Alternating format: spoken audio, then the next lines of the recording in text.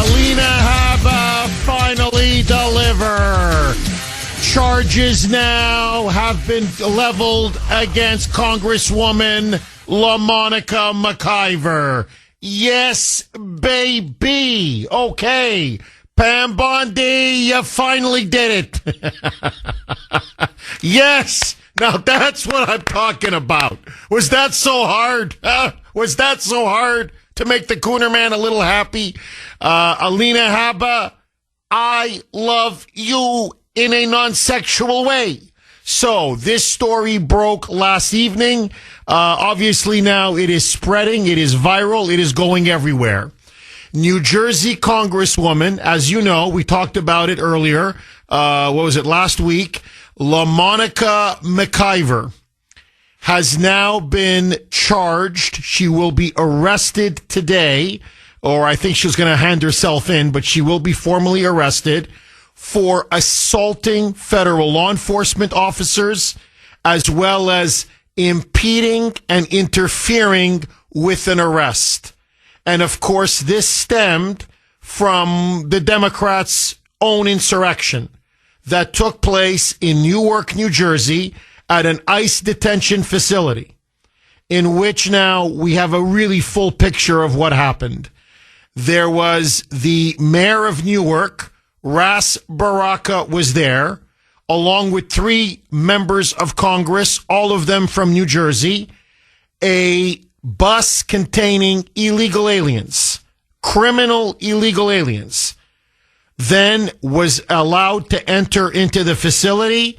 When they saw the door open and the bus allowed it to enter, they and a group of protesters, the mayor and the 3 members of Congress, along with about 25 other protesters, literally stormed, breached, and trespassed onto the facility. So they stormed into the facility. Ras Baraka, the mayor, was arrested on the spot. In fact, he was told repeatedly to leave. He refused to leave. He was arrested. When he was arrested, all hell broke loose. It was pandemonium. And the person that led the charge was none other than Congresswoman LaMonica McIver. And you have the camera footage. The body cam footage could not be clearer. She's in a red jacket. She's a large, powerful woman. She's a big, strong woman. And you see her punching ICE officers. You see her elbowing ICE officers. You see her body slamming an ICE officer. In other words, her body slamming against an ICE officer repeatedly, or body checking, I guess is the more accurate term. ICE is using body slamming, so I'm going to use body slamming. But you can see her. There's no question. She assaulted federal law enforcement on top of being verbally abusive, interfering with them, making arrests, and physically throwing her weight around and figuratively throwing her weight around, calling them mother effers. Do you know who I am? I'm a member of Congress. I can touch whoever I want to touch, mother effer. And so there was a lot of pressure building upon Pam Bondi and Alina Habba, the acting U.S. attorney for New Jersey, to finally send a message loud and clear that the Democrats are not above the law, that politicians are not above the law, that members of Congress are not above the law. And so last night, Alina Habba issued a formal statement, and she said 2 things. Number 1, charges, and I don't know why they made this decision. I disagree with this decision, but let that go. Charges have been dropped. Charges of trespassing have been dropped against the mayor of Newark, Ras Baraka. For whatever reason, they say they will not go ahead and continue with any kind of prosecution. So the mayor of Newark, who in many ways instigated all this, clearly trespassed on federal property, is not going to face any consequences whatsoever. However, Alina Habba, in the very same statement, then said, we tried to make an accommodation with the Congresswoman McIver repeatedly. We did not want to press charges. We went out of our way to not press charges. We wanted a resolution of this. She refused. It was insult after insult, intransigence after intransigence, and so defiance after defiance. And so basically she was begging to be arrested. And Alina Habba said, okay. And so she has now been charged with multiple felonies, assaulting federal law enforcement, several ICE officers, as I mentioned, also interfering and impeding ICE and law enforcement in the conduct of their duties and in the process of making arrests. Now, we don't know exactly fully how many years this may land her in jail, but these are multiple felonies. She is looking at jail time. Now, here's the question. What are the Democrats going to do now? Because they were crystal clear. Their words, not mine, that they were drawing a line in the sand, a red line. And that if the Trump administration crossed it, which they just did last night, and arrested any of these members of Congress, there was going to be hell to pay according to them.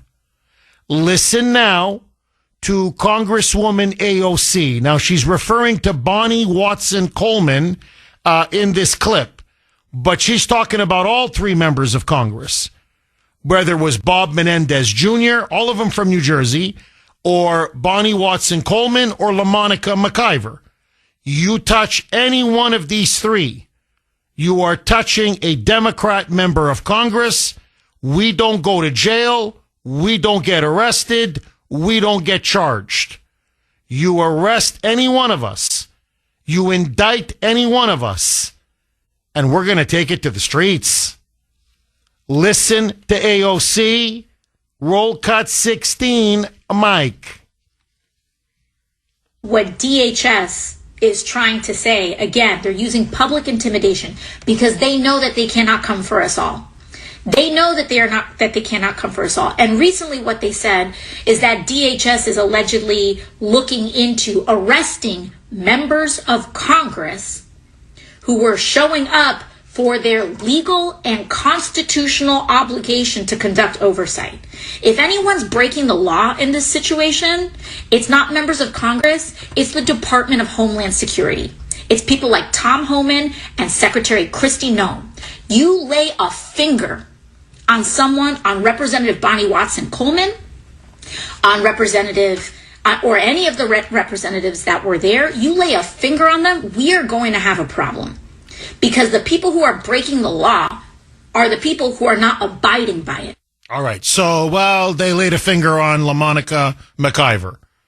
So we're going to have a problem now. What's the problem? It's now put up or shut up for AOC. I mean, that she's the one that drew the line in the sand. Now, even more importantly, I want you to listen now to Hakeem Jeffries. He is the House Minority Leader. He is the leader of the Democrats in the House of Representatives. He speaks for his entire caucus. LaMonica McIver is in his caucus. Listen to what he said when asked by a reporter, well, what happens if one of these members of Congress actually gets indicted and is arrested? Roll cut 17, Mike. What happens if they were to go and arrest these members, or if they would try to sanction them here in the House of Representatives? They'll find out. What would you do, though? They'll find out. Recourse? But doesn't that broach a... They'll find out. Doesn't that go across... That's a red line. What's the red line, though? I know we have this... It's a red line. It's very clear. I think that the so-called Homeland Security spokesperson is a joke. It's a joke. They know better than to go down that road, and it's been made loudly and abundantly clear to the Trump administration. We're not going to be intimidated by their tactics to try to force principled opposition from not standing up to their extremism. It hasn't happened during the entirety of this failed term. It didn't happen when Donald Trump temporarily was sitting high in the immediate aftermath of the election. Do you think it's going to happen now, when he's the most unpopular president in American history after his first 100 days? Give me a break. No one's intimidated by this dude. No one. Well, there you go. Well, look, so he said it's a red line. You're going to find out. Now, this Democrat member of Congress from New Jersey, LaMonica McIver, basically Pam Bondi has now called her bluff. Or maybe it's not a bluff. I don't know. We'll see what they do. But Pam Bondi has said, okay, I'm crossing the red line. And Alina Habba now has said, we're crossing the red line. And these aren't misdemeanors. This is felonies. These are multiple felonies. She's looking at jail time. So, what is AOC going to do? What is Hakeem Jeffries going to do? What are the Democrats going to do? Are they just going to yell and scream and stomp their feet and hold press conferences and threaten? Are they going to what? Try to defund DHS? Okay, a couple lines are open if you want to jump on. All right, big development last night. Finally, pigs have flying. Pigs are flying. You know, when pigs fly, well, it looks like hell may have just frozen over. A Democrat member of Congress, if you can believe it, finally now has been indicted. She has been charged, LaMonica McIver, for having assaulted ICE agents, impeding and interfering with their conduct of their duties and in the process of making arrests. She is now charged with multiple felonies for having stormed that ICE facility in Newark, New Jersey. She is livid. Hakeem Jeffries issued a blistering statement last night. Democrats now say that Trump will pay. Pam Bondi will pay. Alina Habba will pay. The DOJ is going to pay. Now, how? I don't know. But they are vowing fire, fury, revenge, and retribution. Now, what I find incredible is I don't know what they're arguing about. The body camera footage could not be clearer. And I just want to state this. This needs to be said for the record. Alina Habba was adamant on this point. Kristi Noem has been adamant on this point. You call, you make an appointment. They are more than happy to have the mayor of Newark or these members of Congress go into the ICE facility. You can inspect it from head to toe. You can look at every detention cell. You can talk to any MS-13, and that's what they house. MS-13 gangbangers. Literally, there are convicted rapists, child molesters, human traffickers, drug dealers in there. You can talk to them to your heart's content. You can inspect their meals. You can inspect the toilets. You can inspect whatever you want to inspect. And as they said, you make an appointment. Now, or you do it in a civilized manner. You go to the main office in the front. You show ID. This is who we are. And we'd like to have a view or have an inspection of this facility. We're members of Congress, or can you have someone please come get us and peacefully, civilly, professionally give us a tour? That's not what they did. They were there protesting, yelling, shouting, screaming. A door opened at the facility, this big fence door, to allow a bus full of criminal illegals, detainees, that were then coming into the facility as they were going to be processed and then put in these detention cells. The moment the door opened, as the bus went in, that's led by the mayor of Newark, Ras Baraka. They literally stormed the facility. They just charged the facility, along with the 3 members of Congress, and as I said, about 25 open border protesters, anti-ICE, anti-Trump protesters. Now, ICE agents were telling them repeatedly, stop, you're trespassing. Stop, you're trespassing. Please leave. You have it on tape.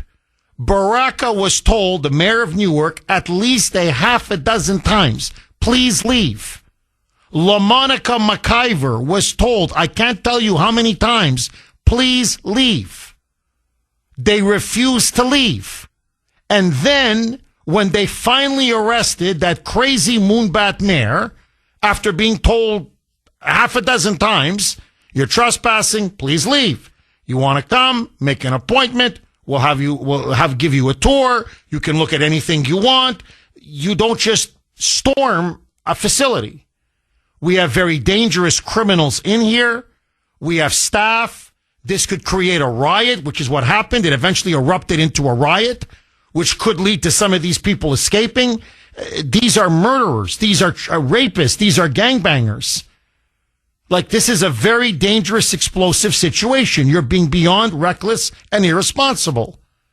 Now, the moment they arrested the mayor of Newark, McIver and the members of Congress and the whole gang of protesters went apoplectic. They went crazy. And they started to bum rush the ICE agents. It's all on tape. It's there. I mean, I don't know what they're arguing about. And then you see her in her red jacket. You see the fists flying. She's punching them. Then she's elbowing them. Then she's slamming her body up against them. She grabs one by the throat.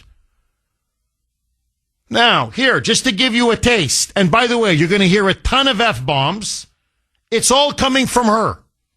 99% of the F-bombs are coming from that potty mouth, the body slammer. So the body slammer does her World Wrestling Entertainment routine, her WWE routine. She's shooting her mouth off. She's swearing, F you, mother effer. Don't you touch me. I can touch whoever I want. And there she is, body slamming, elbowing, punching, kicking, throat grabbing. Roll cut 23B, a mic. It's Perez! It's Perez! Get your get your hands off for her! The white! All right, let's go. He just assaulted me.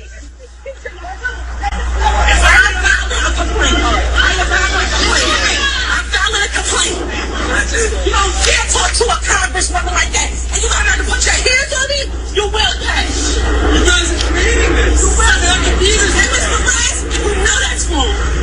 I don't know if you heard the end of that, but, you don't put your hands on a congresswoman. You will pay. You will pay. Now, by the way, she's attacking them. They're literally defending themselves and trying to just say, come on, stop, back off, back off, back off. So she's throwing elbows, the body slammer. She's slamming people. She's punching, but she's the victim. Now, I just want to read this from Mark on Messenger. Good morning, Jeff. But it's not a good morning for future WWE wrestler LaMonica McIver. F-A-F-O, F around, find out. Jeff, I have a question. Will and does this send a message to other elected officials not to interfere or impede with ICE and law enforcement? Or will they not care and continue to think that they're above the law? I'm going to go with the latter, Jeff. Now, who's going to be the next big mouth tough guy? What say you? I think that's the big issue now. 617-266-6868 is the number. Okay, I want to ask all of you. Now that the body slammer, Congresswoman LaMonica McIver, has been charged with assaulting federal law enforcement officers, ICE agents, and impeding and interfering with their arrests and the conduct of their the conduct of their duties. I want to ask all of you, does this send a chilling message to other Democrat politicians that they're not above the law? Will this now force other politicians to be concerned that they will be held accountable if they do break the laws, if they do commit crimes, and in particular, is this going to force especially the radical Democrats to stop their campaign of harassment and persecution and interference with ICE? Or do you think it's going to have zero effect whatsoever?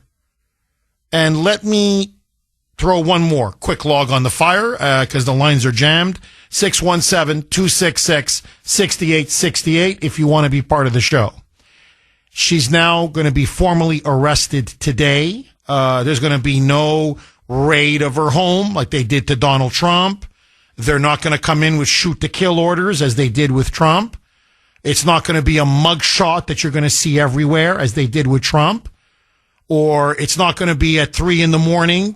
with a SWAT team kicking down the front door as they did with Peter Navarro or Roger Stone or Steve Bannon or no. She's going to basically voluntarily come over and have herself be fingerprinted, and she'll be read charges against her, and then she'll be released, and they'll set a court date.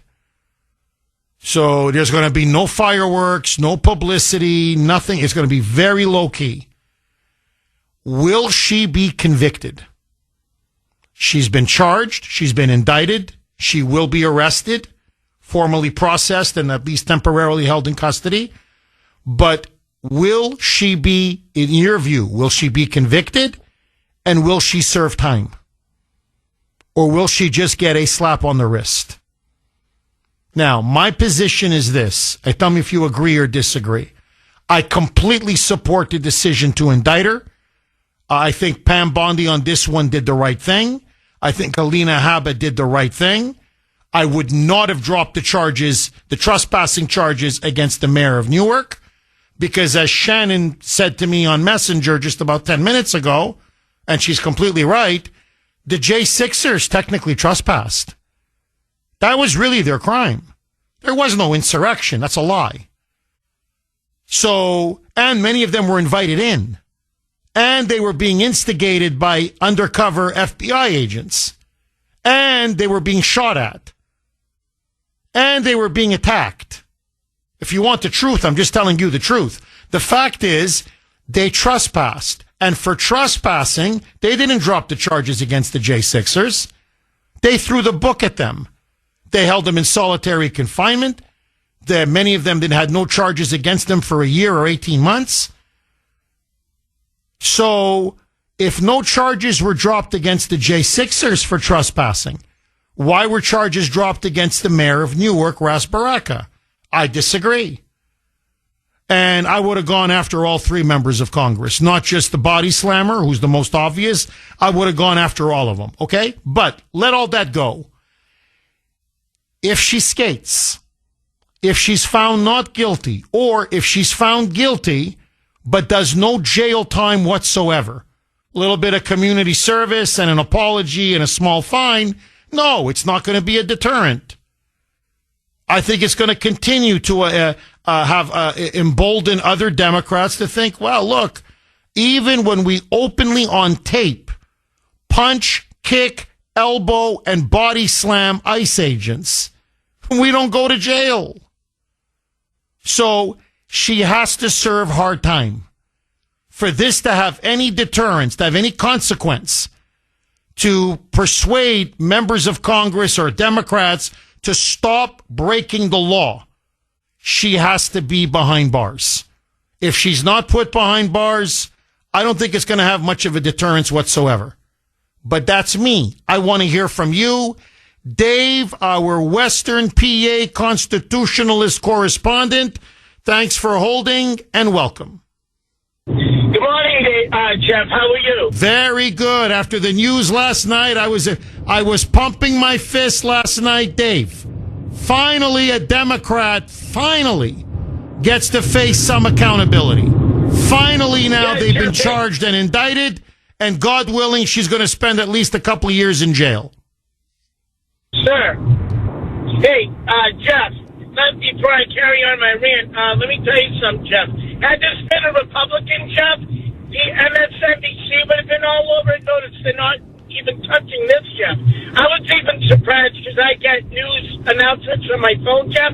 The Associated Press and Politico sent me a message. Not that I'm a liberal or I follow them, but I have the apps to see what the enemy's doing, Jeff. Like I got the NPR app on my phone, which I'm surprised my phone hasn't been, attacked yet. But anyway, long story short, I see, and they were pretty straightforward about the arrest, Jeff. I was surprised. But MSNBC, CBS, and ABC, all bull crap, nothing but crap, and see the BS. They were more silent than a dormouse, Jeff. It's kind of funny. The media pick what they want to cover and what they don't want to cover. You know what I mean, Jeff? And I think this McIver, she should do at least 1.5 years, 2 years in jail, slammed shut, and thrown in the same gulag as in D.C. to show how they like it. But then again, they would say, Trump is a dictator. He's mean. So, Jeff, if Trump's a dictator, what does that make Biden? Well, a guy that's using his cancer is an excuse. And I'm not saying that lightly because I've had family that have passed away from cancer, Jeff. But I think the Democrats are using that as a wedge issue. And yes, Joey knew he had cancer before all this other BS, Jeff. What do you say, Jeff? Oh, there's no question about it. I'm going to talk about that a little bit later in the show. But no, he knew he had cancer for years, or at least his family did. I think there's no question about it. And they lied and covered that up. It wasn't just his dementia they covered up. It was his cancer. There's no question. No question. But Dave, I want to go back to the body slammer for a second. Look, this is what the problem the media has now is the body cam. It's the footage. It's there. The whole country's seen it. So we know she's in the red jacket and you can just see her wailing away, pushing, punching, kicking, grabbing by the throat. And then, of course, the obscenities. I want to touch whoever I want to touch, mother effer. So, and body slam. You can see her clearly. She's slamming like this ICE agent over and over and over again. So, no, that's their problem. The problem is the footage. That's the problem. No, to me, the issue now is this, Dave. The Democrats have painted themselves into a corner. Hakeem Jeffries has come out. It's a red line. Chuck Schumer backed Hakeem Jeffries saying it's a red line. AOC said you touch any member of Congress, anyone, you're going to have a problem. She basically went as far as she can say, as far as she can go, saying we're going to take it to the streets. So the question now is the red line has been crossed. What is Jeffries going to do? What is Schumer going to do? What is Bernie, AOC? What do you think the Democrats are going to do, Dave? Yeah, first of all, when you mentioned red jacket, she needs to be put in a straight jacket, Jeff. Second of all right, buddy, Hakeem Jeffries and Schumer, you said it yourself when you went after Trump. No one is above the law. And I got a little word, especially for that racist piece of crap, Hakeem Jeffries. Why don't you shut your pie hole and practice what you preach? And Jeff, the Democrats aren't going to do jack squat and jack left town because you know what, Jeff? They're not in power. We're in power. You're not. See, I agree with you. Dave, I agree with you. And now they're going to lose all credibility. Okay, the body slammer now gets body slammed herself. This time by acting U.S. Attorney for New Jersey, Alina Habba. And yes, one for Pam Bondi on this one. Attorney General Pam Bondi delivers.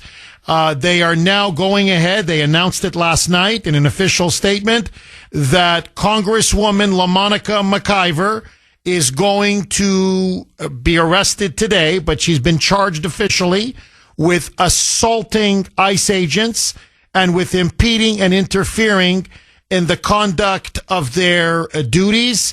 And these are multiple felonies. She is now going to be looking at jail time. Now, will she be convicted? We'll see. Trial's probably going to be in her neck of the woods. Most likely a jury that's going to be partisan, Democrat, favorable to her, favorable to the mayor of Newark, who is backing her all the way. So we shall see, but it is a start. There's no question. Finally, a Democrat has been arrested and is finally being held accountable. I hope we see a lot more of this. Agree, disagree, 617-266-6868 is the number. You can text us 70470, 70470. This is from 603. Jeff, when you played that clip of the body slammer storming the ICE facility and the riot breaking out and her pushing and shoving and punching ICE officers, I was waiting for LaMonica to say, "Do you know who I am? Do you know who I am?" Touche, 603. Here, let's play it one more time. So you got a riot now. Literally, it's a riot. You've got protesters. They're fighting with ICE agents. You've got the LaMonica, the body slammer. She's leading the charge. She's the one. You just see her throwing fists. And at one point, this small, maybe 5'1", 5'2" female ICE agent, and she grabs the throat. Right up against the fence. She's grabbing the throat and then body slamming. Just body slamming. And so let's put it this way. This woman has a career in professional wrestling. Let me tell you, even if they expel her from Congress, this woman's not going hungry. I'll tell you this. All right, here it is. Roll cut 23B, Mike. That's for her. Get your get your hands off for her. The light. All right.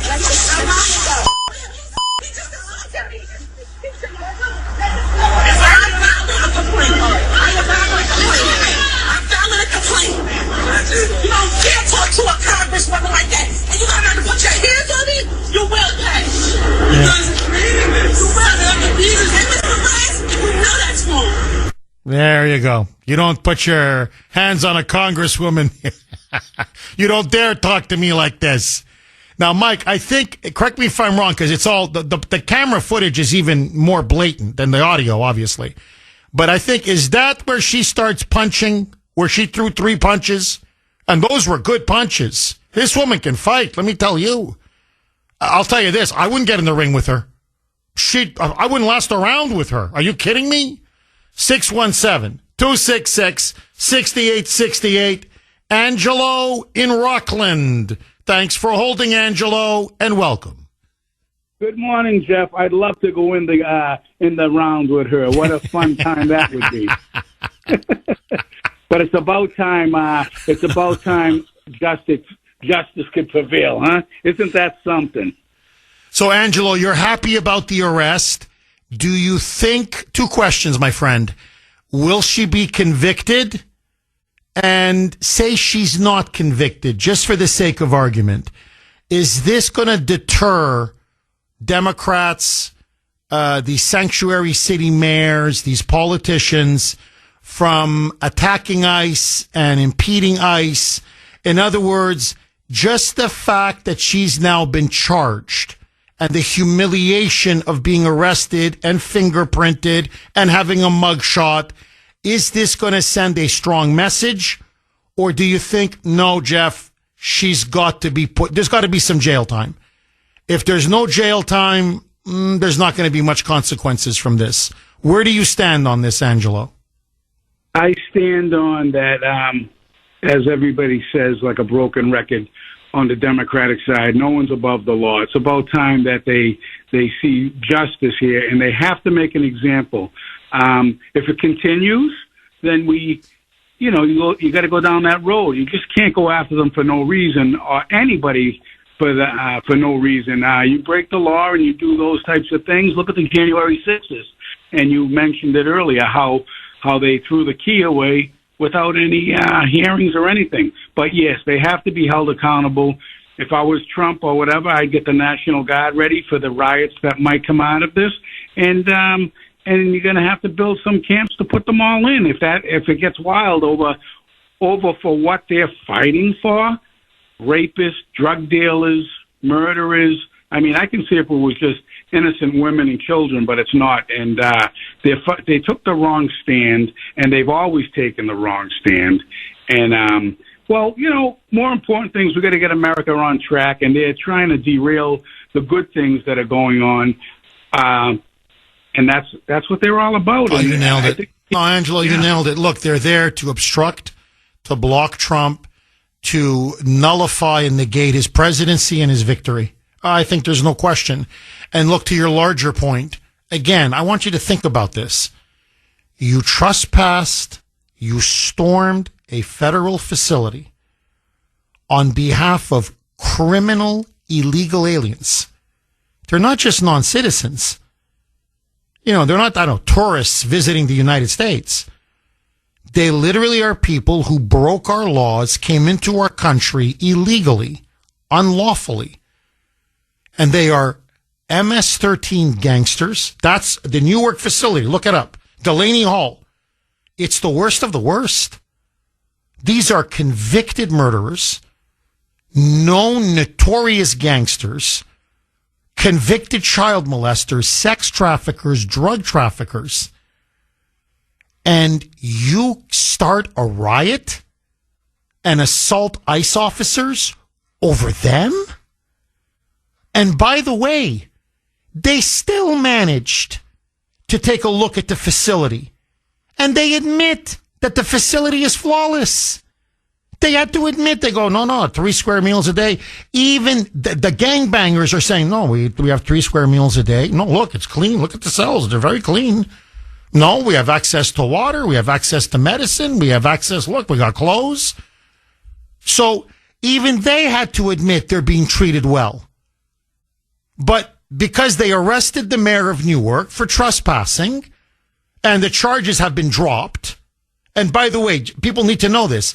I can read you the full statement. Alina Habba then issued a second statement. And she said, I will personally take the mayor of Newark on a guided tour of the entire facility. And he can go wherever he wants. He can talk to whoever he wants. He can inspect whatever he wants. Let us know. We are more than happy to accommodate them. To members of Congress, Alina Habba said, I will take you on a guided... The woman is bending over backwards. Look, I'll be honest, Angelo. I don't think she wanted to make this arrest.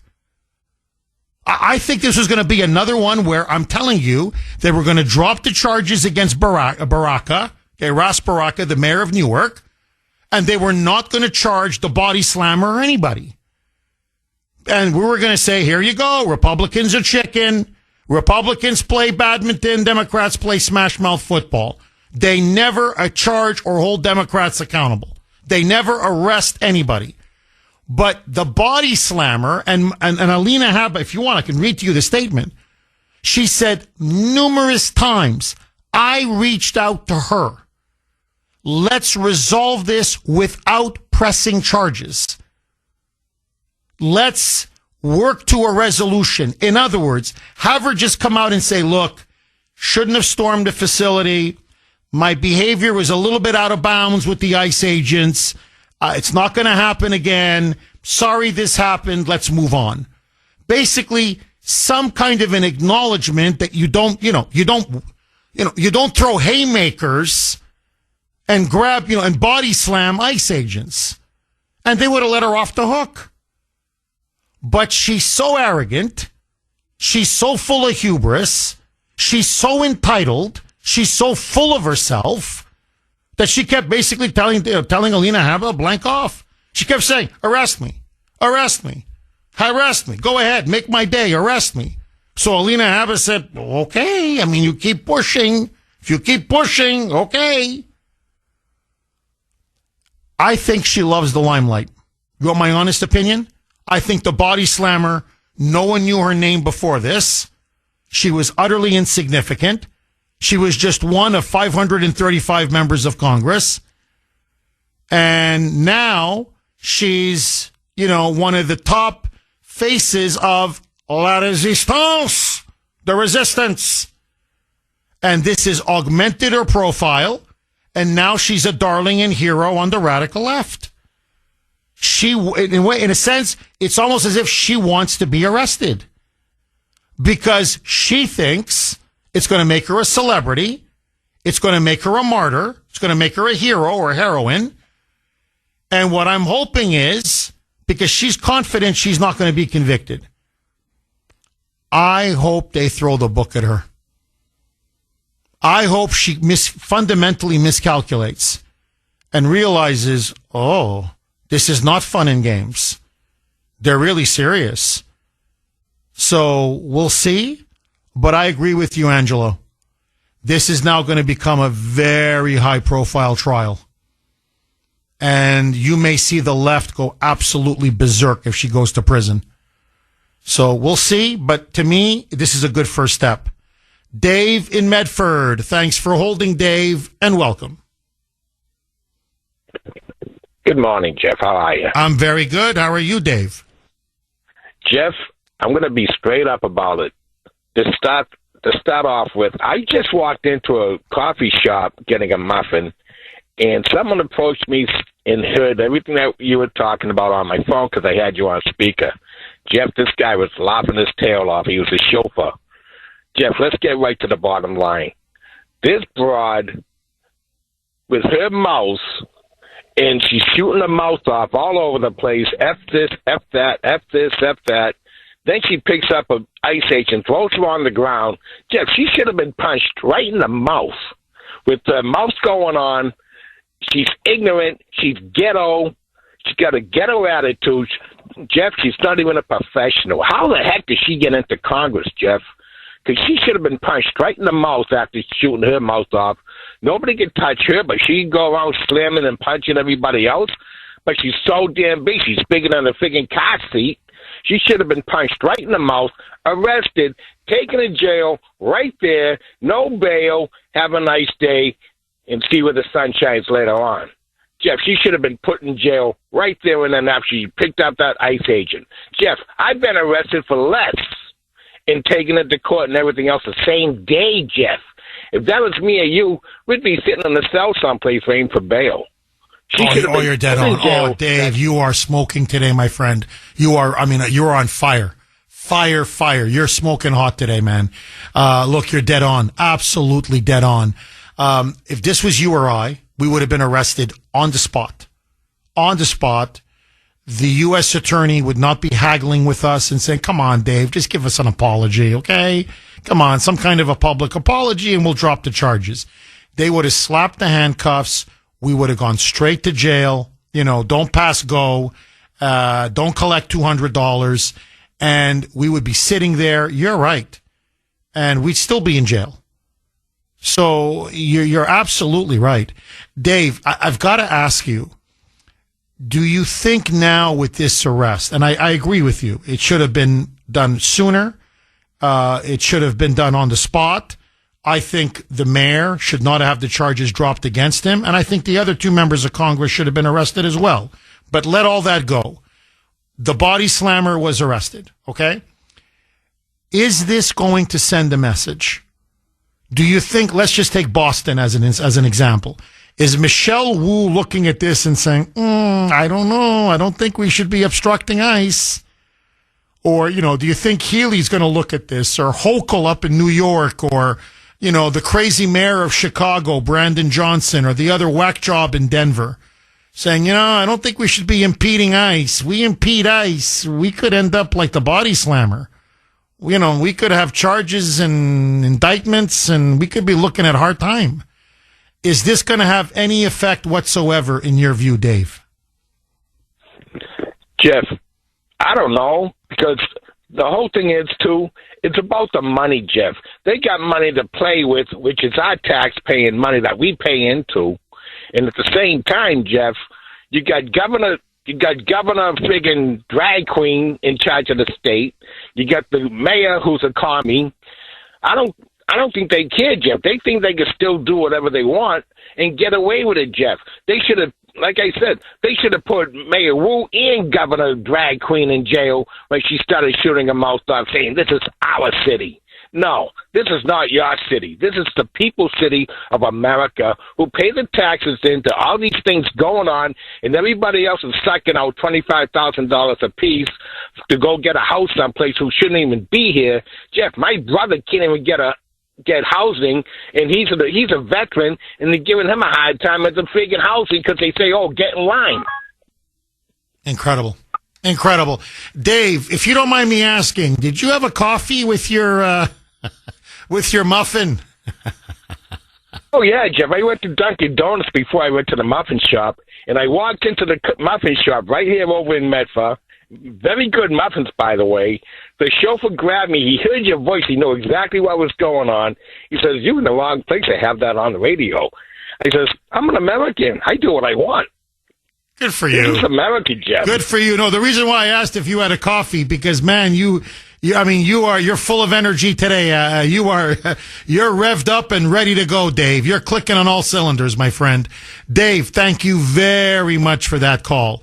Caspar in Belmont. Thanks for holding, Caspar, and welcome. Good morning, Jeff. Hi, Caspar. I'm an unenrolled voter. I don't really care which side does what, but we've been told for how long that no one's above the law. And these people are definitely acting like they are above the law. I had a relative that sent a letter to a town official because they were upset, and they said, if, I don't get any consideration for something, there's an or else. And the or else was spelled out as legal action. It was clearly written down. We had the police show up at the door. AOC saying they better not touch them or else. Or else what? Or else what? That's a threat. That's a threat of murder. At very least, it's a threat of assault. And she's already committed battery because she said it. Hakeem Jeffries and AOC and Elizabeth Warren, they should all be dragged into the police station and questioned, what do you mean by these things that you're saying? Words are weapons. There was a young boy on the news this morning committed suicide because words are weapons. I mean, this isn't right. These people need to be held accountable. Forget about the ones that actually did the physical stuff. All the rest of them should be, held accountable. When you say 86-47, you're saying kill the president? I would take the 1 million people and let them spend 2 nights in jail and say, this is what it means when you say these things. Words have consequences. And, we need to, hold people accountable. I mean, Karen Reed, we don't know what's happening with her, but this lady has more evidence against her body slamming an ICE agent. We don't even know what happened in the Karen Reed trial. But this is so clear cut. Well, that's what's shocking. No, Caspar, really, that's what's so shocking.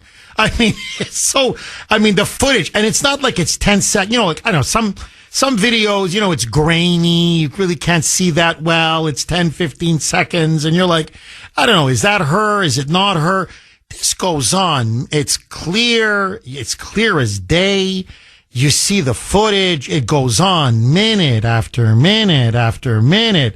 We have the sound. We have the video. We've got everything. What is she arguing about? That's what I want to know. No, look, Caspar, you nailed it. What AOC did is she basically said, we're going to go Black Lives Matter on you. We're going to go Antifa on you. When she said you lay a finger on any of these members of Congress, we're going to have a problem, that was a threat. And the threat was obvious. Take it to the streets. We're going to riot. We're going to repeat the summer of love. The so-called, 2020, the so-called summer of love, Black Lives Matter, or Antifa. We're going to riot. We're going to loot. We're going to burn. Don't you dare touch us. We're untouchables. And when Hakeem Jeffries said that's a red line, we know exactly what that meant. That was a threat. Now, the question is it an empty threat? Is this going to be Barack Hussein Obama, Syria, where he had told the world it's a red line, don't use chemical weapons. Chemical weapons were used. And Obama did literally nothing. And Putin laughed in his face. And the world laughed in his face. Now, I'm telling you, Hakeem Jeffries has made a big mistake. He should never have said red line, number one, obviously. You don't threaten. But if you're going to threaten, you better back it up. Because you're like the person who cried wolf. The next time you threaten, people are going to laugh in your face. They're not going to believe you. So we're going to see what the response is. But I'm with you, Caspar. Enough is enough. And look, the body slammer kept asking to be arrested. She was practically begging to be arrested. I got to give Pam Bondi her due on this. And Alina Habba. Again, the question before the House, the body slammer now charged with multiple felonies, assaulting ICE officers, federal law enforcement, interfering, impeding with federal law enforcement in the conduct of their duties, in the course of their duties, forgive me. They were making arrests, and she was deliberately obstructing and preventing them from making arrests. She says she's going to fight it out in court, that she is now a victim of the Trump dictatorship. Hakeem Jeffrey says there will be hell to pay. Democrats now say they are going to wage political war on behalf of Congresswoman LaMonica McIver. Alina Habba and Pam Bondi have said no one is above the law. And yes, that does include Democrats as well. My question to you, do you support the arrest and indictment, which was announced yesterday, the charges against the body slammer? And will this serve as a message to other Democrats that they are not above the law and they have to stop obstructing, impeding, or attacking ICE? 617-266-6868 is the number. Bob in Woburn. Thanks for holding, Bob, and welcome. How you doing, Jeff? Very good. I was pumping my fist last night, Bob. Finally, a Democrat gets arrested. I can't believe it. What are these people going to get the message? Hakeem Jeffries is a big mouth nobody. So, Bob, you think he's all smoke and no fire? That he's bluffing. That he talks tough, but there's no red line and he's not going to do anything because he has no power, correct? Mouth nobody. And that comes from an 80-year-old Marine. And if he wants my name and number, I'll give it to him. How's that? Well, Bob, you'd kick his ass. It wouldn't even be fair. Now, Bob, I'll be honest, though. If it was you and the body slammer, she's tough, Bob. I know you're tough, too. Don't get me wrong. But she's big. That's a strong, powerful. And, Bob, not only is she strong, man, she can throw a punch, Bob. And body slam with the best of them. So, I'm just saying, on that one, Bob, you may need some help, my friend. You think you could take on the body slammer, Bob? Oh, I think so. I think so because I think so. But I wouldn't want to try because, with all due respect, I'm tired of hearing Hakeem Jeffries. And I want them to know, I hope somebody listens. As far as I'm concerned, I'm just an honest, he's a big mouth nobody. I'm with you, Bob. Look, I think we're going to find out now. He's a gas bag. He's a puffed up windbag. Because, okay, we're waiting for that. The red line's been crossed. We're waiting, Hakeem. And I think, Bob, nothing's going to happen. They may riot. We'll see. I don't think so. Because I think the body cam footage is so obvious. Like, seriously, Bob. Short of taking out a gun and shooting somebody, I don't know what else you want this woman to do. So if you don't arrest her, who are you going to arrest? Bob, thank you very much for that call, and thank you for your service. God bless you, Bob. I love you Marines. I love all the vets, but I really love you Marines. Mark in New Hampshire. Thanks for holding, Mark, and welcome.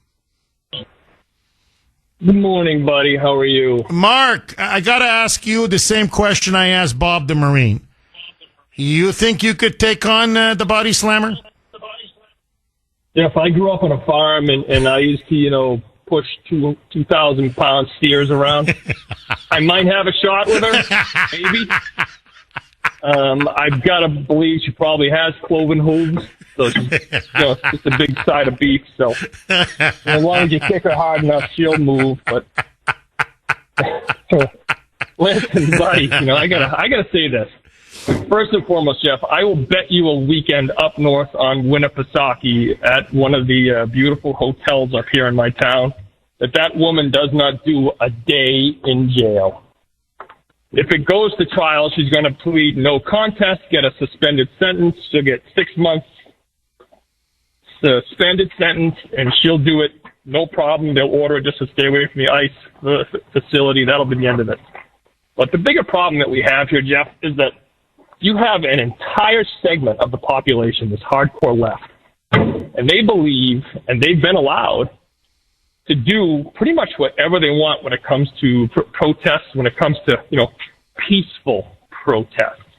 They've been told by governors, mayors, chiefs of police, they can burn, they can loot, they can steal, they can, trash police cars, they can go after cops, they can do whatever they want.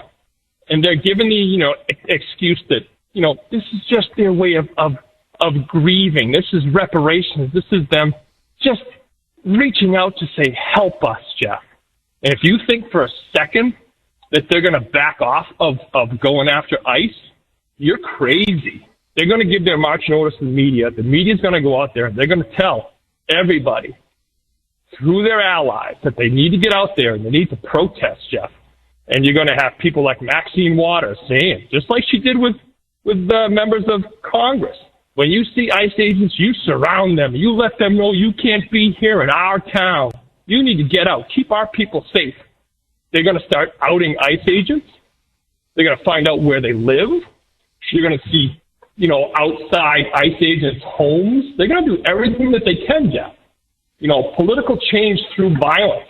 That's, they love to talk about it, but that's a pillar of fascism, Jeff. That's how they roll. And they're going to make this worse. And I guarantee you they are not going to back off. Mark, we got about a minute left. What do you think needs to be done to put the radical left in their place, to stop this cancer from spreading? More arrests? Real jail time? What needs to be done?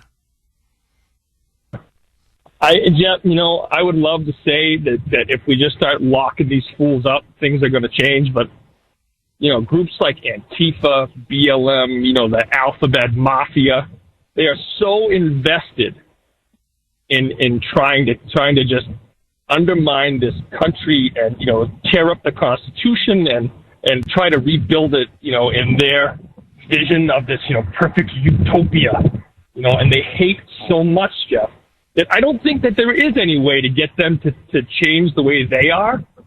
And unfortunately, it used to be that if you got up in someone's face and you screamed in their face. Mark, can you hang on? Because I really want you to finish your point. Okay, McIver now, the body slammer. Congresswoman LaMonica McIver now has been charged, indicted officially for assaulting ICE officers, also impeding and interfering with them in the process or in the conduct of their duties. And she is now, these are multiple felonies, and she is facing possible jail time. My question to you, double-barreled question, do you think she will ever be seen behind bars? Do you think this will ever happen, that she'll be put behind bars, number one? And number two, do you now have more confidence that Democrat lawmakers are going to get the message loud and clear that they are not above the law? Is this a cultural watershed moment? Or do you think, as Mark in New Hampshire, I thought very powerfully and eloquently stated, she's going to plead maybe no contest, maybe get a slap on the wrist, but she knows full well nothing is going to really happen to her? Agree, disagree? Mark, you were making a very good point. We got cut off by the break about how you remember, just in the past, just recently, just the way you spoke to people would lead to massive ramifications and consequences. Not anymore. Please pick up where you left off and elaborate. Yeah. So, when I was a kid, Jeff, right? And this is probably, 40 years ago, when I was a teenager, if I got up in someone else's face and I screamed like nose to nose right in their face, I would have got punched right in the mouth. Regardless of who it was, I would have got whacked, and I would have learned my lesson. I would have said, you know what, I'm not going to do that ever again, because that kind of hurt. And I never, ever would have imagined getting up and screaming in police officers' faces. And, you watch now, you see these videos of these protests where they're right in the cops' faces, and they're screaming in their faces. And the police just have to stand there and just take it. If they did that and they were allowed to bundle these people and shove them to the ground and cuff them and stuff them in the car and drag them out, they used to have the old paddy wagons. You get the big van there, just start rounding them up, chuck them in there, make them hang out in the tank overnight. Start to teach these people a lesson, but they've been allowed to do it, and they've been encouraged. They've been told it's okay to go out there and burn down buildings. It's okay to go and loot stores. It's okay to burn cop cars. It's okay to block highways. Even if someone needs medical attention, you're justified. You can do whatever you want. And I honestly, Jeff, I don't know. I don't think there is any changing these people. I really, really don't. And as sad as that is, the only way it's going to change is if people just get fed up and just start dealing with it. I wish, Mark, I truly wish I could disagree with you, but I can't. You're, as I like to say, not 100, you're 1,000% correct. And I'm going to add something. You didn't say it, but I'm going to say it. I agree. And not only that, but look, you're right. When I was the same period as you, and I'm not trying to seem like this young, middle-aged fogey. Back in my day, things were better. No, it was a fact. You went up, forget a police officer, forget a law enforcement officer, for God's sake. You went up to anybody, and you just started yelling, screaming, spitting in their face, nose to nose. Mother, effer, F you, F your mother, on and on. You would have gotten whacked right in the face.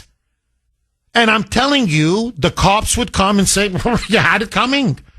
Ask witnesses, and they'd all say, well, no, really, the guy was in the guy's face, and he just kept yelling and screaming and spitting, and okay, well, you got what you deserve, bye. You ask for trouble, you're going to get it. And hopefully you learned your lesson. No, everything is an assault. Everything now is the end of the world. And you're right. Criminals now are coddled. Many people now have this sense of entitlement. You're completely right that they're entitled. It's me. It's funny, Mark, because when you were off air, right? We were off air during the break as we're waiting to come back to you. Sandy and I were just talking, and, she came into the studio. She had to do a commercial. And then when she finished, we were just talking. I said, I don't know what's wrong with the body slammer. I said, honestly, the woman she's got a screw loose. If it was me and I managed to have an altercation with ICE or federal law enforcement, and there was a riot that broke out, and they call me up and they say, look, can you just come out with a statement? You got overheated. You got upset. You shouldn't have struck an ICE officer. That's not the proper conduct for a radio talk show host, never mind a politician, an elected member of Congress, for God's sake. And we're not going to press charges. I'd be like, I'd sign right away. I don't want to be arrested. I don't want to be indicted. I don't want that on my record. And she said to me, but that's because you have other things in your life. This woman, it's all about me. It's all about self-aggrandizement. It's all about now getting her face on television, being a hero of the resistance, and becoming now a left-wing celebrity. And think about it, Mark. This is how you become famous on the left. That you punch ICE officers in the face. You're a grown woman, a member of Congress, and you body slam, punch, kick, and grab ICE officers by the throat. As you scream, mother effer, do you know who I am? I can touch whoever I want, you mother effer. And this now, but trust me now, she's going to do MSNBC, CNN. I mean, they're going to love her. She's now going to be the black AOC. So this is what it takes now to become a rock star on the left in a Democratic Party? Mark, final word to you, my friend. You know, we saw how Donald Trump being arrested, how they used that mug shot to drive up the vote and to get people out there and to show how angry people were with this whole system. They're going to try to do the same thing with her, Jeff. They're going to say, this is our hero. Just like you said, they're going to promote her as the centerpiece of this whole thing, and the media is going to run with this. It's going to be racism. You know, while he's allowing in white migrants from South Africa, he's arresting black members of Congress. It's going to be all about racism. It's going to be about, fascism and a dictatorship. Yeah, he's a dictatorship. No, you're right. This is a dictatorship. No, you nailed it, Mark. That's what they're going to say. Yeah, I mean, you're brilliant. You're absolutely brilliant. And that's what they're going to say. They're going to say, yeah, he's arresting members of Congress, for God's sake. Well, why? Is it because maybe if, you body slam 5'2" ICE agents and, throw haymaker after haymaker and elbow. By the way, did you see how many elbows she threw? One elbow after another. And I mean, in the throat, in the face. She just elbow after elbow after elbow after elbow. Could that be why you're getting arrested? No. That doesn't compute. You can do whatever you want. Is that the Democratic motto now? So, and when the U.S. attorney says, I don't want to arrest you, please, let's resolve this. I can't have ICE agents be assaulted, you understand, by elected members of Congress. Can you understand that? So give me something. Give me a statement. Give me an apology. Give me something, and I'll drop the charges. Nope. Go ahead. Arrest me. And then the media is going to run. I'm telling you, the story is now, Trump's a dictator. Here it is. Hitler jailed his opposition. That's what Trump is doing. I'm telling you, can't make this stuff up. So, no, throw the book at her. I'm telling you, look, it's a great move. I support Pam Bondi, Alina Habba all the way. I would not have dropped the charges against the mayor of Newark. And I would have thrown the other two members of Congress, I would have thrown level charges against them. If it was illegal for the J6ers to breach the Capitol, to federally trespass, lines are jammed.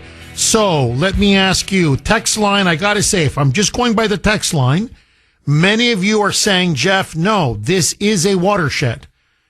That this is the first time in a very long time that any kind of a Democrat member of Congress, a mayor or a governor, I know she's a congresswoman, but a public official within the Democratic Party has now been held accountable for breaking the law. And I don't mean an open corruption case like, Robert Menendez, but for actually assaulting law enforcement, for impeding ICE, for anything to do regarding open borders, sanctuary cities, and this assault on ICE, immigration, and customs enforcement. And so many of you believe that this is now the beginning of a change, and that Pam Bondi and Alina Habba have now shown they are serious about prosecuting and jailing Democrats. Do you agree? Maria in Lowell. Thanks for holding, Maria, and welcome. Hi, Jeff. It's from Ludlow. How are you today? I'm good. How are you, Maria? I'm doing well, thank you. It's about time. This has been a long time waiting. I feel like no matter what he does, these people will still call him names. It is what it is.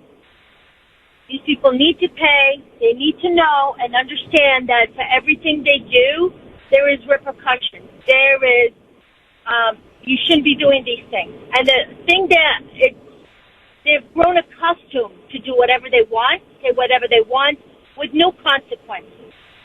So the time needs to be changed, and they need to start paying for what they're saying, for what they're doing. They are breaking the law. Like they say, that's their motto, nobody is above the law. And what's his name, the House Speaker,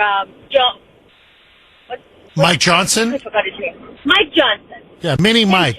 Mini Mike. He needs to stop saying, oh, we're going to investigate and we're going to, we're talking about maybe getting rid of these people out of the No, there's no need to time. There's no time to talk about it. There's no time to think about it. There's no time to do anything about it. Do it. Get rid of them. Get rid of them from Congress. These people don't deserve the seats they're sitting on. They don't deserve to represent anybody in the United States because these people are breaking the law. Their commitment, they have broken their oath. So there should be repercussions for that. They've broken their oath. They stand with the illegals. They don't care about the Americans. It's time to go. Clean up house. Get rid of them from Congress. They need to understand. You do this, there is repercussions. If it was me or you, Jeff, we wouldn't even get any attention of any sort. Our behinds would be thrown in jail like no one's business. So for her, she deserves jail time. Every other member of Congress, whatever you may be, you're a Democrat, you're breaking the law. There is no, we're going to think about it, we're going to do this. No, do it. Enough talk. Just do it. Because they don't give a damn. Maria, I've got to ask you, and you're on a roll, by the way. I have to ask you, is it me? How did we get to the point where we have a member of, it was actually 3 members of Congress, but I'm just going to stick to the body slammer, LaMonica McIver, the Congresswoman. How did we get to the point, seriously, Maria, where they think it's okay to criminally trespass onto a federal facility, storm it, start a riot with about 25 other protesters, and the other protesters are also beating, hitting, punching, pushing, attacking, assaulting ICE. But the leader is a member of Congress who really, you can see it on the video. I mean, it's, elbow to the face, elbow to the face, elbow to the face, then throwing punch and another punch and another punch. And then this, 5'2" little ICE agent, again, she's trying to do her job. I'm not picking on her, but she's much bigger than this ICE agent, and grabs her by the throat and puts her head up against the fence and then body slams her. And it's all caught on tape. And the whole time, again, this is a member of Congress. F you mother effer. Don't you touch me. Do you know who I am? I can touch and do whatever I want, you mother effer. I'm going to have your job. I'm going to have your badge. And I mean, she looks and acts, I'm sorry to say this, like a gangbanger. And on top of all of this, Maria, they're storming a facility to protest the detention of MS-13 gangsters, convicted rapists, murderers, child molesters. Please look up Delaney Hall. Again, I'm not talking about a single mother with 2 children. And you say, my heart bleeds for them a little bit, or whatever. A poor persecuted family. A father, a mother, 3 beautiful little kids, and you go, breaks my heart. I'm talking about the worst of the worst, the scum of the scum. And you're going to be attacking your own law enforcement? And on behalf of illegal aliens who literally rape and molest and murder children? I mean, Maria, what planet am I living on? Is this what the modern Democratic Party is now devolved into? What say you? The Democratic Party, as officially they have been the party of violence, the party of hatred, the party of hating America and all Americans in it. They don't care. And they continue and will continue to do this because they know they can. And they will get away with it. Because all this time, no one has stepped up to the plate and made these people accountable for breaking the law. First things first. The moment they broke their oath, it should be an automatic kicked out of Congress. No ifs or buts about it. You took an oath to protect the Americans. They voted you in, and you broke that oath, you lose your job. It's like any other job. If you do something at work you're not supposed to, you get fired. So these people need to know that we mean business. The Republicans need to step up and grow a pair of cojones because these schmucks have no cojones. They need to grow a pair and be like, you're gone. You're done. Get out. There is no Mickey Mousing it around it. There is no, we're going to investigate, this or that. Regardless of what the Republicans do, regardless what Trump does, he will always be called a Hitler. He will always be called a fascist. He will always be whatever that he's wrong in their mouth. So you know what? So be it. It is what it is. Oh, you're dead on. No, you're dead on. Look, no matter what he does, he's Hitler, he's a dictator, he's a tyrant, he's a Nazi. So just do what you got to do. That's all. I mean, you're going to be attacked as a Hitler and a dictator no matter what. So let them call you names. You do your thing. I'm with you. No, Maria, you're dead on. Thank you very much for that call. No, look, if I behave the way she behaved, I'm out of a job. Here, let me just flip it. Just indulge me 30 seconds because the lines are jammed. I want to go to the phones. Say I stormed the state capitol.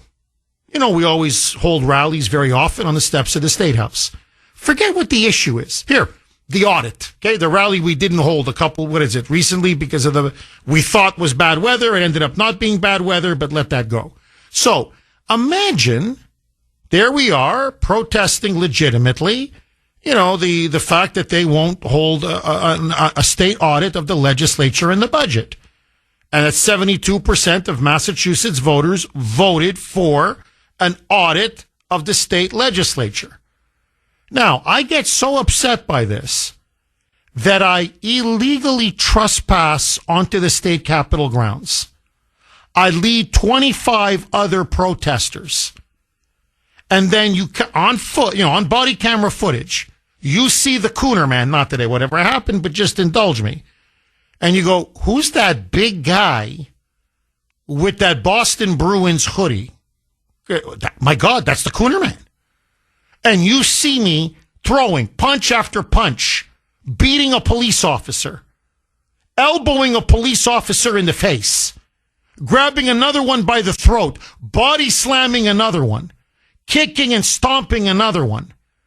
And other protesters around me are now punching the police as well. And it's like, mother effer, you know who I am? You're not gonna touch me. I can do whatever I want. What would all of you say? What would you say? You say, Jeff, listen, I love you, man, but you're out of line. I'm sorry. You don't do that. What are you, crazy? You don't assault a police officer. You don't beat police officers. You don't storm a state capitol. You don't break the law. You don't trespass. You don't do that. What's wrong with you? You gotta conduct yourself with some professionalism and be law-abiding. That's me. I'm not a member of Congress. I'm just the guy behind the microphone. Now, they would arrest me on the spot. On the spot. I would go to jail immediately. I don't know if I could afford bail because they hit me with such a high bail. I would be fingerprinted that very day, mugshot that very day. And my top management would say, and I don't know how to tell you this. I just saw the footage on Channel 4 or whatever, Channel 5. Jeff, you're out of a job, buddy. I'm sorry, man. You're an employee of iHeart. You're supposed to conduct yourself accordingly. We don't condone lawlessness and assaulting the police. That's borderline political terrorism. What the hell is wrong with you, man? Bye. And I don't care how big your ratings are. I don't care how much money you bring into the company. I don't care how much the audience wants you or loves you. You're gone. So I don't understand. If this would happen to me, I'm just using me as an example. If this would happen to you, why can't it happen to the body slammer? And let me just add one last point. It's not my point. It's frankly the many on the text line on a message. Larry on Messenger was making the very same point, but many of you have. George Santos. 2 words. George Santos. Remember him? Republican? No, he was a sleazeball. No question. But he did much less than the body slammer. They expelled him from Congress. For much less, they expelled him from Congress. So not only should she be arrested, she should be expelled. What's from Congress? What's good enough for George Santos should be good enough for the body slammer. Agree, disagree? Dan in New Hampshire. Thanks for holding, Dan, and welcome. Thanks for taking the call, Jeff. You're absolutely right. These people they're representatives of the United States. They should respect the law. And all I can say is anybody that is choking, punching, elbowing, throwing people to the ground, and you're a congressperson, and you're basically someone that people look up to, and you're all of a sudden doing all of these different things, you're inciting the rest of the country to go along with your actions. If her actions were orderly and, a person in that position of how they really should act, then, people act that way. But she's inciting all kinds of riots all over the country. Can you imagine doing what she did in front of a prison loaded with MS-13? She could have incited a riot in there just from her actions. So she was, basically committing a dangerous act and putting everybody, in peril who actually the office is on the inside of that facility. And when you look at poor Trump, he's been in court more times than I've ever seen anybody in the history of the United States, and for nothing. And he's never struck anybody, not a hair on anyone's head. This woman, this gargantuan, is basically seeking public recognition through violence. And you don't do that when you're representing the United States and all the laws and everything that we stand for. You do not do that. And I am in total agreement. She should have the book thrown at her. No one else could get away with what she got away with. You're setting a precedence in the United States by saying and condoning the actions of this woman. And if it doesn't happen, then what? We can all turn around and strangle one another, punch out, kick, toss to the ground, and do anything that we want with everyone we want, our neighbors, everywhere else? No. There are standards, and she blew the standard. She's not a representative, not a good one. And I'm telling you right now, Jeff, she needs to go. Drop the mic, Dan. And just to piggyback off of what you're saying, because there's nothing more I can add, really. Kristi Noem made the very same point that you're making. That's why Noem right away said, you got to charge her. You got to indict her. She said, there's MS-13 gangbangers. There's literally convicted murderers and rapists in there. Drug dealers, human traffickers, some of the most dangerous people on the planet. She started a riot inside the facility. Noem said, do you know how dangerous that is? This could have spread throughout the entire facility. People could have been killed. You don't do this. Never mind assaulting federal law enforcement. And the other thing is the cameras were rolling, and she knew the cameras were rolling. See, to me, this is what I find the most disturbing of all. She was playing to the camera. And in her warped mind, and in the warped Democrat mind, it's actually a plus. It's a positive. Go and punch an ICE officer in the face. Body slam an ICE officer. Elbow that person in the throat. And you'll become a political superstar. So already now, the left in New Jersey loves her. The left in the national media love her. She's now become an overnight sensation. And let me tell you what's going to happen. Success leads to imitation. Other members of Congress are going to look at this and they're going to say, whoa, whoa, whoa, whoa. This nobody, this LaMonica McIver, no one ever heard of this woman before, is now the darling of the Democratic Party. What did she do? She just had to punch a nice officer in the face and maybe do a good body slam. Well, let me work out a little bit, right? Let me pump some iron. Let me be big and strong like her. And I'll tell you what, we do the exact same thing. Let's storm an ICE facility and let's start beating up or assaulting some ICE agents. Make sure the cameras are there. And you know what? We can be political superstars ourselves. I'm telling you, that's exactly what's going to happen. That's why not only does she need to be arrested, booked, charged, indicted, she has to go behind bars. She needs to go to jail and to send a message loud and clear. This is not Zimbabwe. This is not South Africa. This is not Venezuela. This is still the United States of America. Eric in Plymouth. Thanks for holding, Eric, and welcome. Good morning. Thanks for taking my call. My pleasure, Eric. I was at your the rally. It was wonderful. Very heartening. You would think that Mara Haley and Wu Kukachu would have made a statement regarding it. It was again. It was careful for what your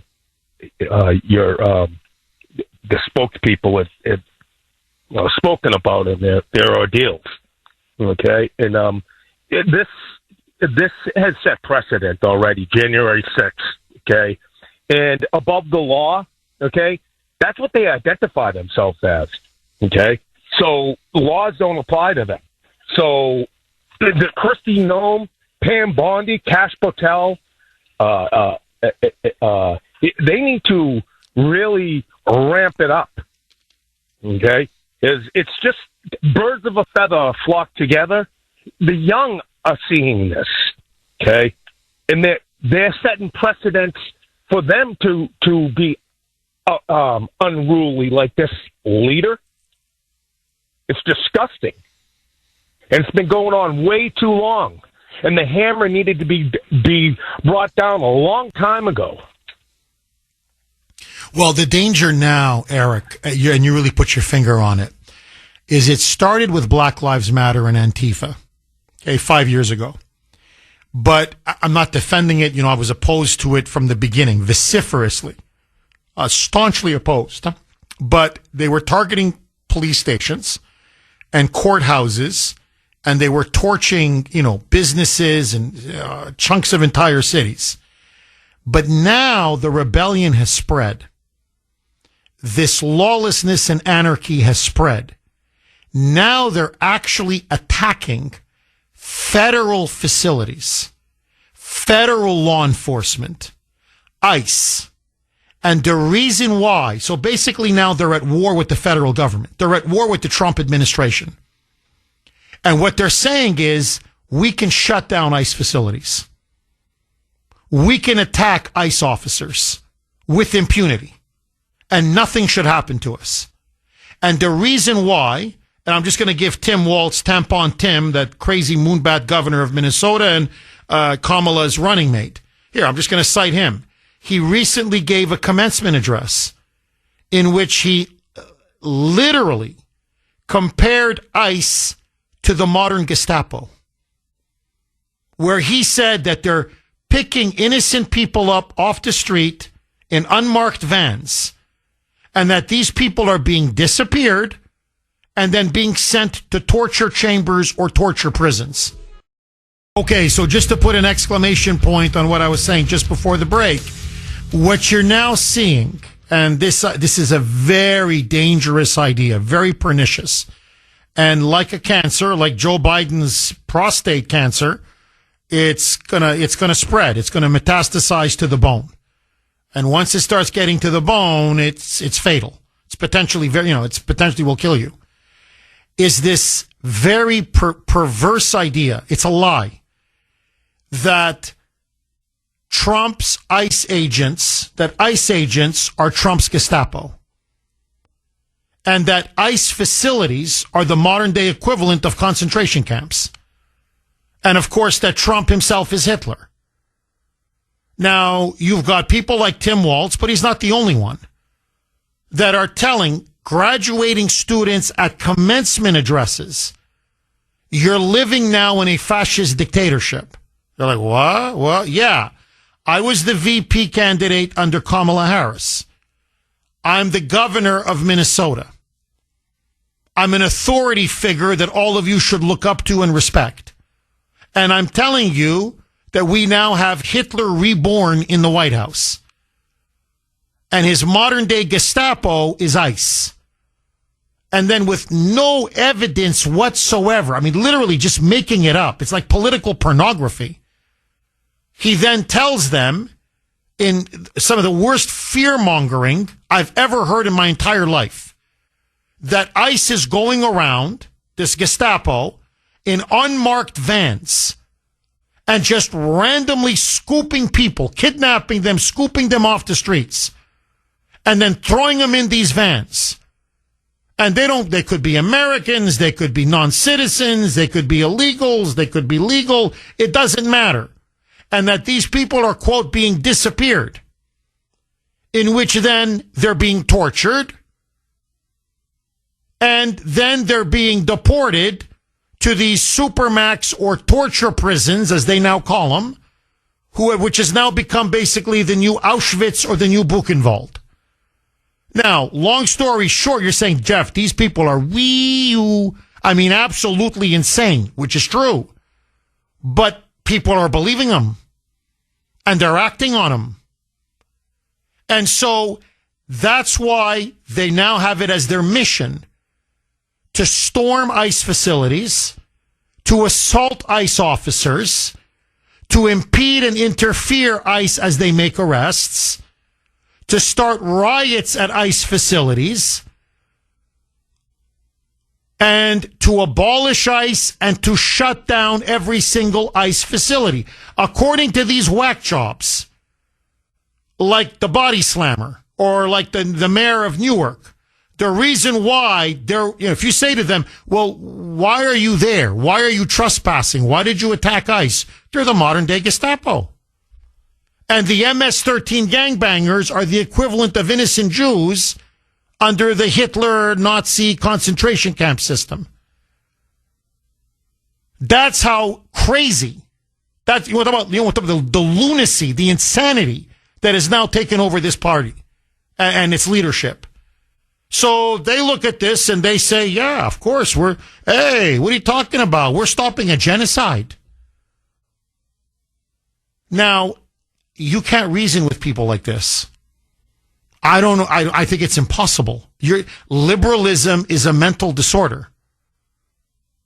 The only way to deal with them is to jail them.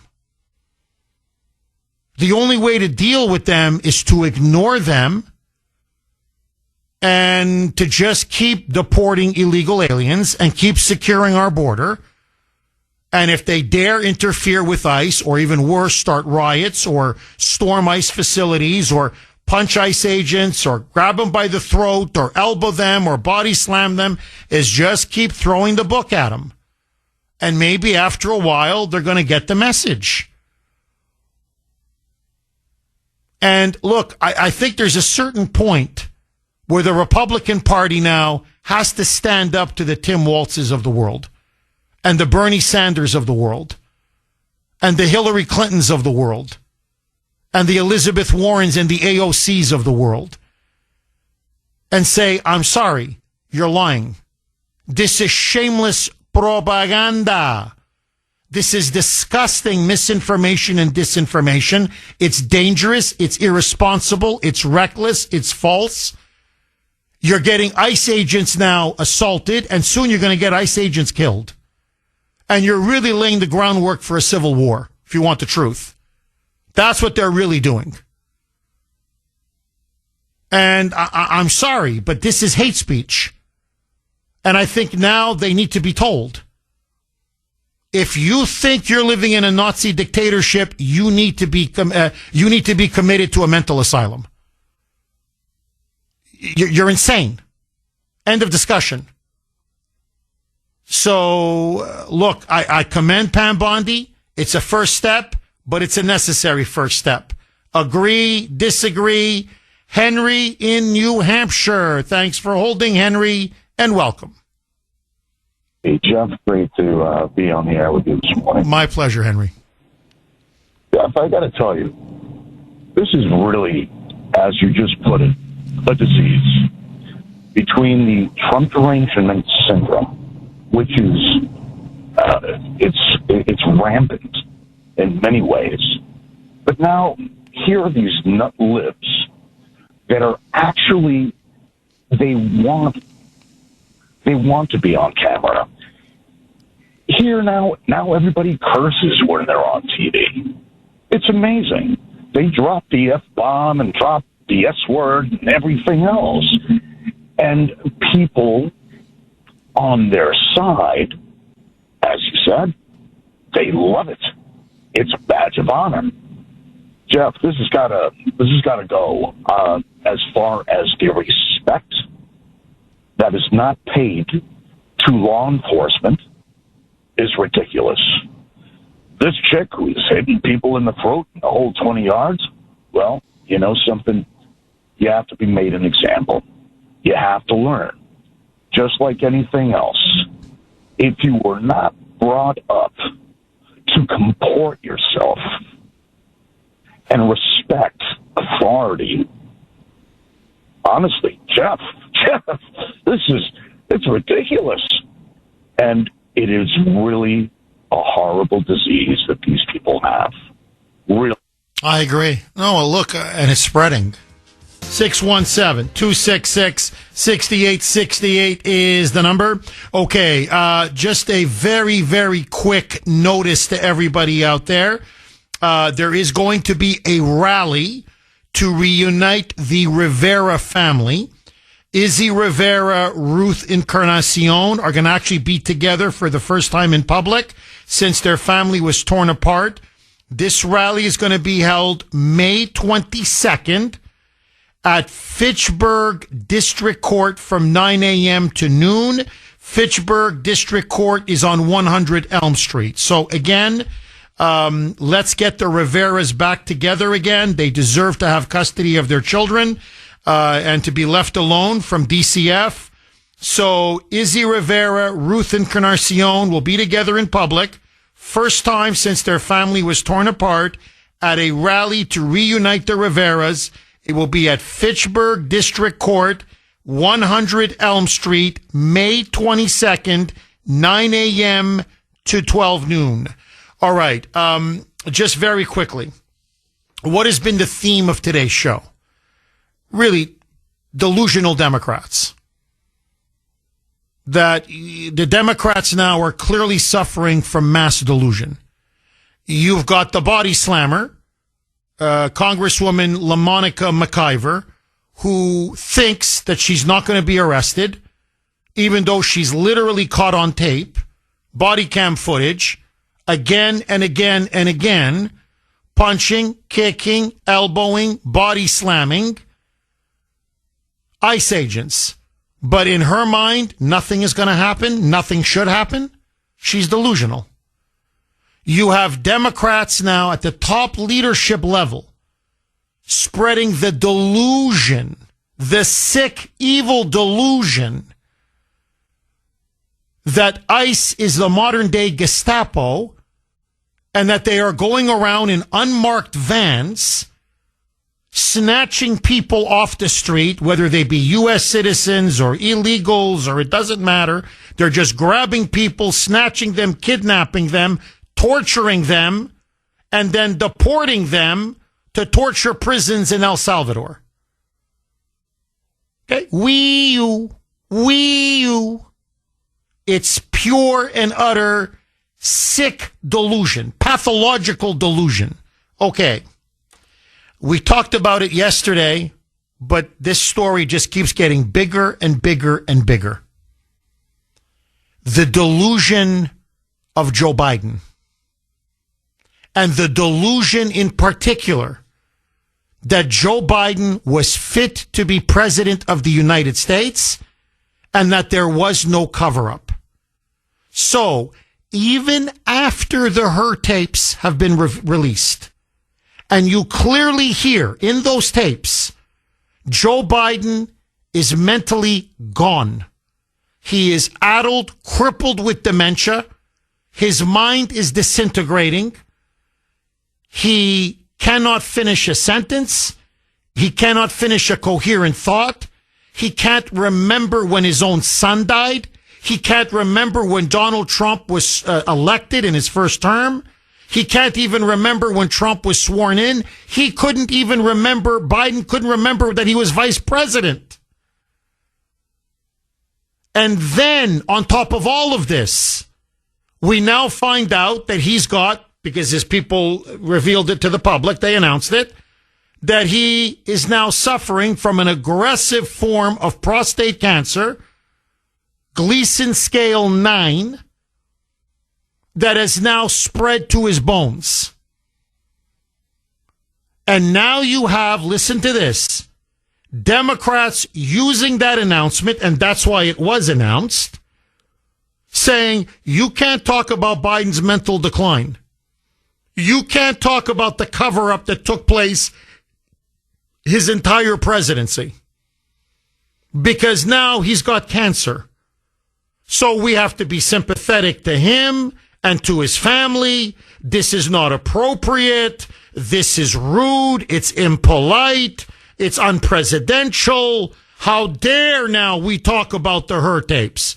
How dare we talk about the massive systematic cover-up of what now is very clear was not just Biden's complete and utter mental feebleness, his obvious now mental deterioration, but the fact now there's no, I mean, it's irrefutable. They also hid the fact that he had cancer. This man had cancer for his entire presidency. There's no question now. So they lied about his cancer. They lied about the fact that he was a mental vegetable, that he was senile, which begs the question, what else were they lying about? But to even say now that he suffered from dementia and senility, David Axelrod was the first one. He came out and said, it's just not right.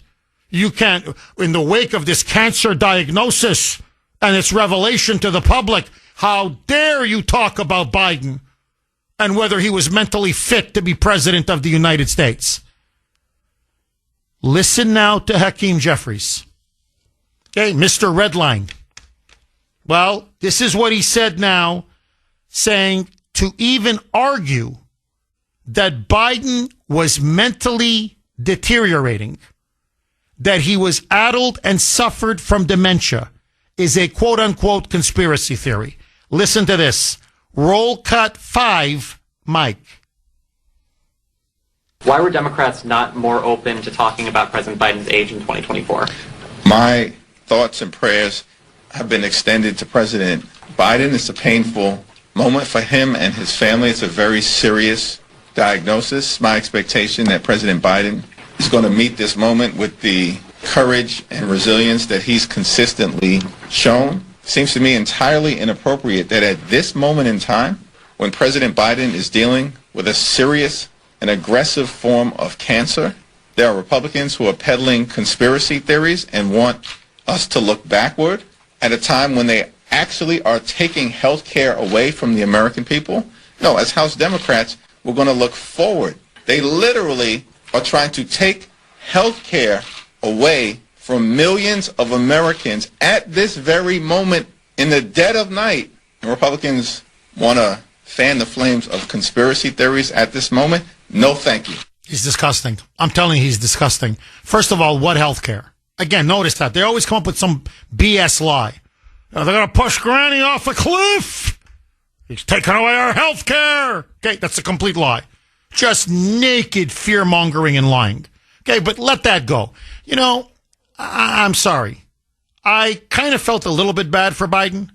Now I don't at all. I really don't. What conspiracy theory? So, okay, you can't look at the body cam footage of the body slammer elbowing, kicking, punching, body slamming ICE agents.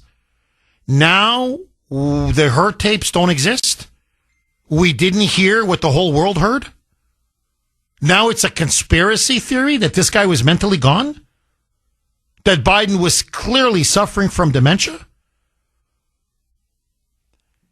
Expert after expert after expert, I'm talking the country's leading urologists, have come out and said it is impossible that he was just diagnosed with an aggressive form of prostate cancer spreading to the bones in the last 100 days. It's medically impossible. This is a man who had the best doctors in the world, who would have had, if not annual, semi-annual PSA tests, who by their own admission, and this is the big mistake the Bidens made, is they came out and said, oh, but we've already given him treatment and it looks like it's hormone sensitive. Well, the only way you can tell that it's hormone sensitive is if he's already been undergoing treatment for his prostate cancer for a long time. So it is very obvious he was sick. He had cancer for years. And on the South Shore, thanks for holding, Ann, and welcome. Oh, hi. Can you hear me? I can hear you, Ann. Can you hear me? Oh, I can. Thank you for taking my call. Usually I end up at work before you take my call, so thank you. But you hit on so many comments I wanted to make.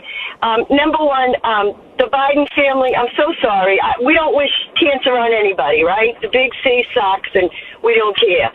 We don't want anybody to deal with that. But I don't remember in my time any other president's medical condition after their president being so exposed all over the place, you know. So that's just another one of their distorted delusion. You use the word delusion, and I believe their delusions are distorted, just like Tampon Tim and his speech. I would, in that case, I don't know. I'm far from being a lawyer, but a defamation suit seems so practical for what he is saying. You know, the landslide of the majority of people that do not believe their delusions is greater, and we're all insulted by what they do. But why does the reasonable thinking people expose this and put it all over and give them the marketing, give them the exposure? The heck with it. Don't mention it. You know, on, the communist nations networks there, they don't mention all the good that we do, all the good that Trump does for the country, but yet all the bad we mention. All the conservative stations. Don't give it to them. They don't need it. We don't, they're delusional. Why are we feeding into that? Why are we, exposing them and saying, oh, look, here's another lie. We'd be doing it for our whole lives. Oh, I love when they were saying how wonderful. He's at the top of his game, President Biden. Top of his game. He's sharp. Yeah, he's sharp as a rubber tack. And that right there should convince everybody. Well, Ann, you nailed it. Look, this is now why they're trying to play the cancer card. And I believe it's the only reason why they released the diagnosis on Sunday. It was because they know now they have the mother of all scandals on their hands. Here is now what we know. This is beyond a shadow of a doubt. We had a brain-damaged, senile president for 4 years in office. He was not the president of the United States. People around him were making decisions on his behalf. Who, we don't know. Now, I'm going to play a cut. This is from James Comer. Okay, this scandal now is like a noose. It's just tightening and tightening and tightening. Comer now says that they have identified some of the key staffers behind the Biden auto pen scandal. In other words, they were signing executive orders in his name. They were signing pardons and commutations in his name. For example, on one day alone, he signed over 2,000 commutations. That wasn't him. That was somebody on an auto pen. He had no idea. They were doing stuff that he had no clue what was going on. And I'm telling you, what we're going to find out is the open border policy. I don't know who came up with that. That wasn't him. The war in Ukraine. That wasn't him. The withdrawal from Afghanistan. That wasn't him. So people were making decisions using him with his signature, with his pen, but it wasn't him. It was a secret, shadowy cabal. Look, you even now have Van Jones. Van Jones. I can play you the cut. Where he says, quote, this was a crime against the Republic. This is going to haunt the Democrats for years to come. This is Van Jones. And so the only way now they think they can deflect this, that they lied to the country, that they almost took us to nuclear war, that they committed a crime against our democracy, against the Republic, that they systematically covered it up. And it wasn't just that it was Jill Biden. It was the entire cabinet. It was the entire White House. It was all of his aides. It was the entire Democrat Party. It was the entire lying, corrupt, dishonest media. Everybody knew. And now he didn't just have dementia, he had cancer. And so who the hell was signing everything on his behalf? That's illegal. That's illegal. They're not elected. They don't have the right or the authority to do any of that. Listen now to Comer saying we're going to issue subpoenas. We're going to start to find out who some of these staffers were. Roll cut 7, Mike. Many of these executive orders, as well as the pardons of Biden's entire family as a result of our investigation, these were all signed with the auto pen. And clearly from that interview, which was many, many months prior to the heavy use of the auto pen, Joe Biden wasn't capable of making decisions. He wasn't coherent. We think we've identified who the staffers are. Jason, you all have done great work with that over at Heritage Oversight. We're going to bring everyone that we believe was involved in any role in the use of the auto pen. We're going to invite them to come in for a transcribed interview. If they want, then they will receive a subpoena and they will have a full-blown deposition. But we want to find out who was actually making the decisions in the White House during the last 9 months of the Biden administration when he was clearly in mental decline. I don't want 9 months. I want 4 years. But I'll take 9 months for now. They can't, there's no way they can get around this. Now, I want you to listen to Biden. Okay, here's Dementia Joe. Okay, here's Joey. This was in 2022. This is now 2 years into his presidency. Here in Massachusetts, he's in Mass. And this may bring back some memories. Remember, he starts rambling about this absurd story about wipers and the windshield, and it's full of oil. And then out of the blue, he just mentions, I've got cancer. And we all kind of like, we laughed at him. In retrospect, he was telling us the truth. He blurted it out. I've got cancer. Because he did have cancer. Roll cut 11, Mike. And because it was a 4-lane highway that was accessible, my mother drove us, and rather than us be able to walk. And guess what? The first frost, you knew what was happening. you had to put on your windshield wipers to get literally the oil slick off the window. That's why I and so damn many other people I grew up have cancer. And why can't, for the longest time, Delaware had the highest cancer rate in the nation. Okay, so if you remember that, and everybody says, ha, ha, ha, it's just Joey making up another story. No. So, look, I'm going now by what leading urologists are saying. In the United States, in Europe, around the world. It's practically now a consensus. To now have a Gleason scale 9, stage 4, aggressive prostate cancer that has spread to the bones, you must have been diagnosed with cancer for at least 5 to 7 years ago. It is physically, medically impossible. Now remember, his doctor gave him a clean bill of health just in February. And that's why I think his doctor's going to lose his license, and he should lose his license. Kevin O'Connor. He's a complete scumbag. He covered up Biden's mental infirmity. He covered up the fact that Biden was senile, his dementia. He now covered up his cancer. It is impossible to develop this kind of aggressive cancer in the prostate within 100 days. It's impossible. Now, every president gets regular PSA tests. In fact, they usually get at least twice, if not 3 times a year. Minimum once a year.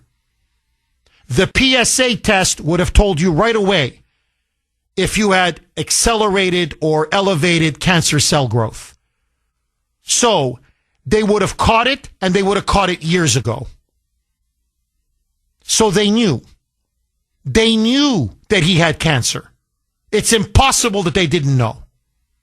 Which then begs the second question. How did it get to be this bad? And it's obvious that Biden was the victim of neglect. His family neglected him. And on top of his family neglecting him, they came out in their announcement, and this is why then every medical expert said, we now know they've been lying to us. They said, well, he responded to treatment and he's still hormone sensitive. Now, hormone sensitive means that you were already undergoing treatment. You cannot be diagnosed in 1 week and already undergo treatment to the point that they know whether hormones still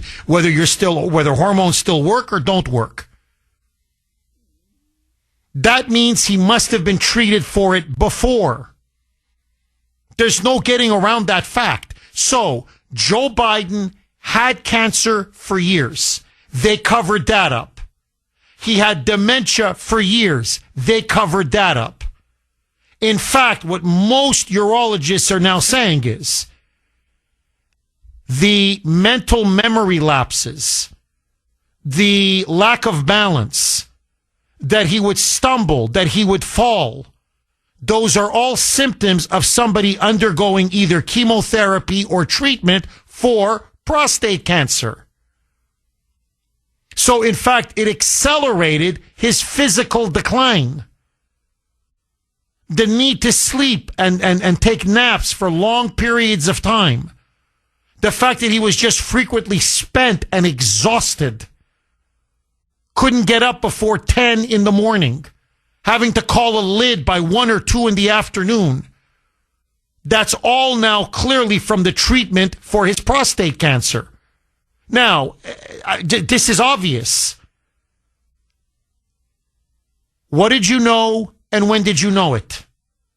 So not only did you keep the fact that the president was mentally finished, mentally gone, but you now kept the fact that he was sick, physically sick, that he was battling prostate cancer.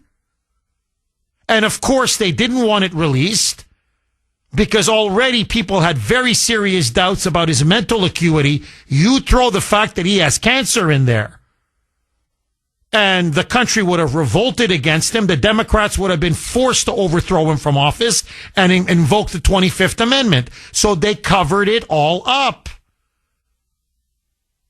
What did this mean for us? We didn't have a president. We had a puppet. who was so mentally and physically declining. He doesn't know what he's saying. He can't remember his own name. He can be utterly, completely controlled and manipulated. And all of this was being systematically covered up. And now you're telling me with a straight face that because they covered up the cancer and now they announced the cancer, that we can't talk about all of their high crimes that they committed for 4 years? I'm sorry, blank off. Really now, blank off. And now it's a conspiracy theory? So the Robert Hurt tape, that's all. You want to play it again? This is all what, make-believe? This is all fantasy now? Hakeem Jeffries knew. That's why he's going on about they're taking health care. Talk about the future, not about the past. He knew. He covered up. Pelosi knew. She covered up. Schumer knew. He covered up. Kamala knew. She covered up. Pete Buttigieg knew. He covered it up. Jake Sullivan knew. He covered it up. Merrick Garland knew. He covered it up. I could run down the whole list. The whole freaking list. Jill Biden knew, that witch. You know what I really want to say? You played Russian roulette with the national security of the United States.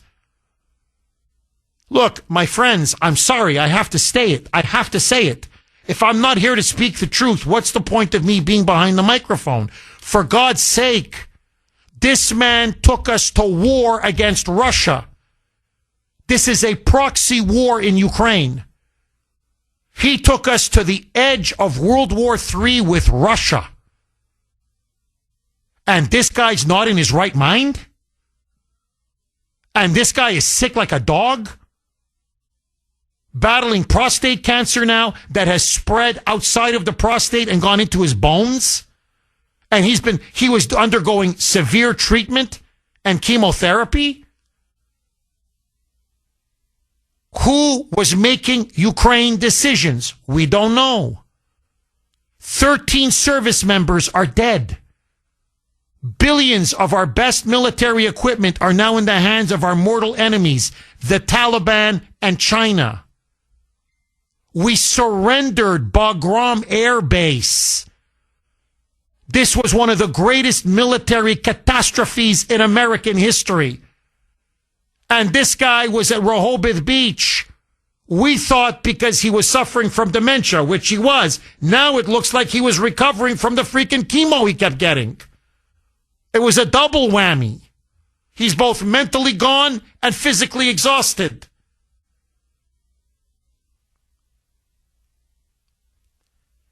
His doctor needs to be put under oath. His doctor, Kevin O'Connor, needs to lose his medical license at a minimum.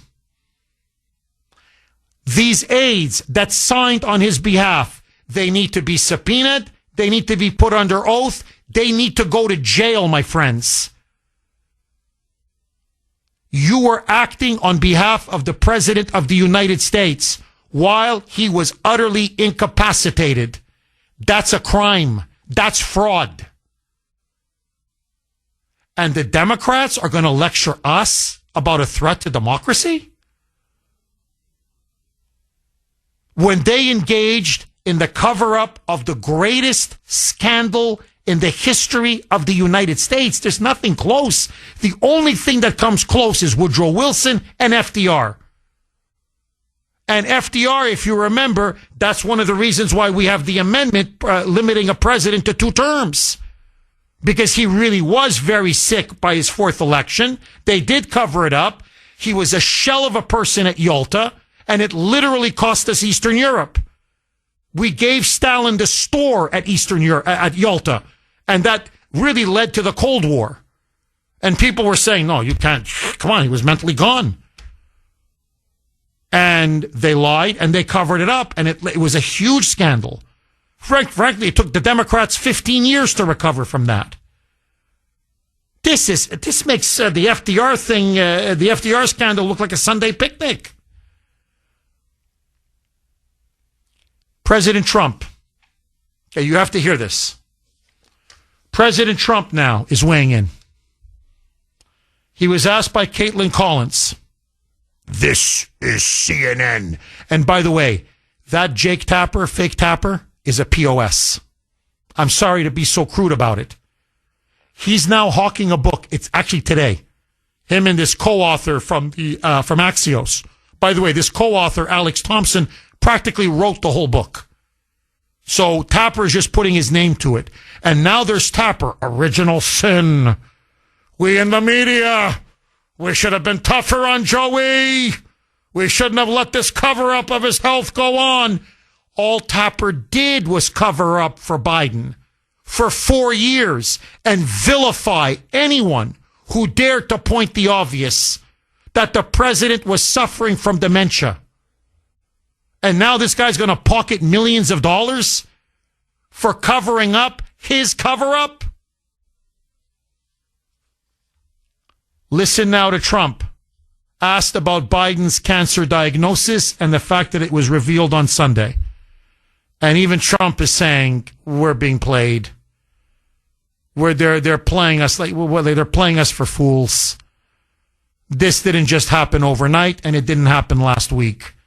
Roll cut 3, a mic. Do you want to respond to President Biden being diagnosed with cancer? Are you going to call your predecessor? I think it's very sad, actually. I'm surprised that it wasn't, the public wasn't notified a long time ago, because to get to stage 9, that's a long time. So, in other words, he's saying, why is this coming out now? How come they didn't make this public a long time ago? Because to get to stage 9, Gleason stage 9, literally, it's 5 to 7 years to get to Gleason stage 9. So Trump's like, of course they knew he had cancer. He knew. His family knew. Everybody knew. And they're just telling us now? Listen to Trump.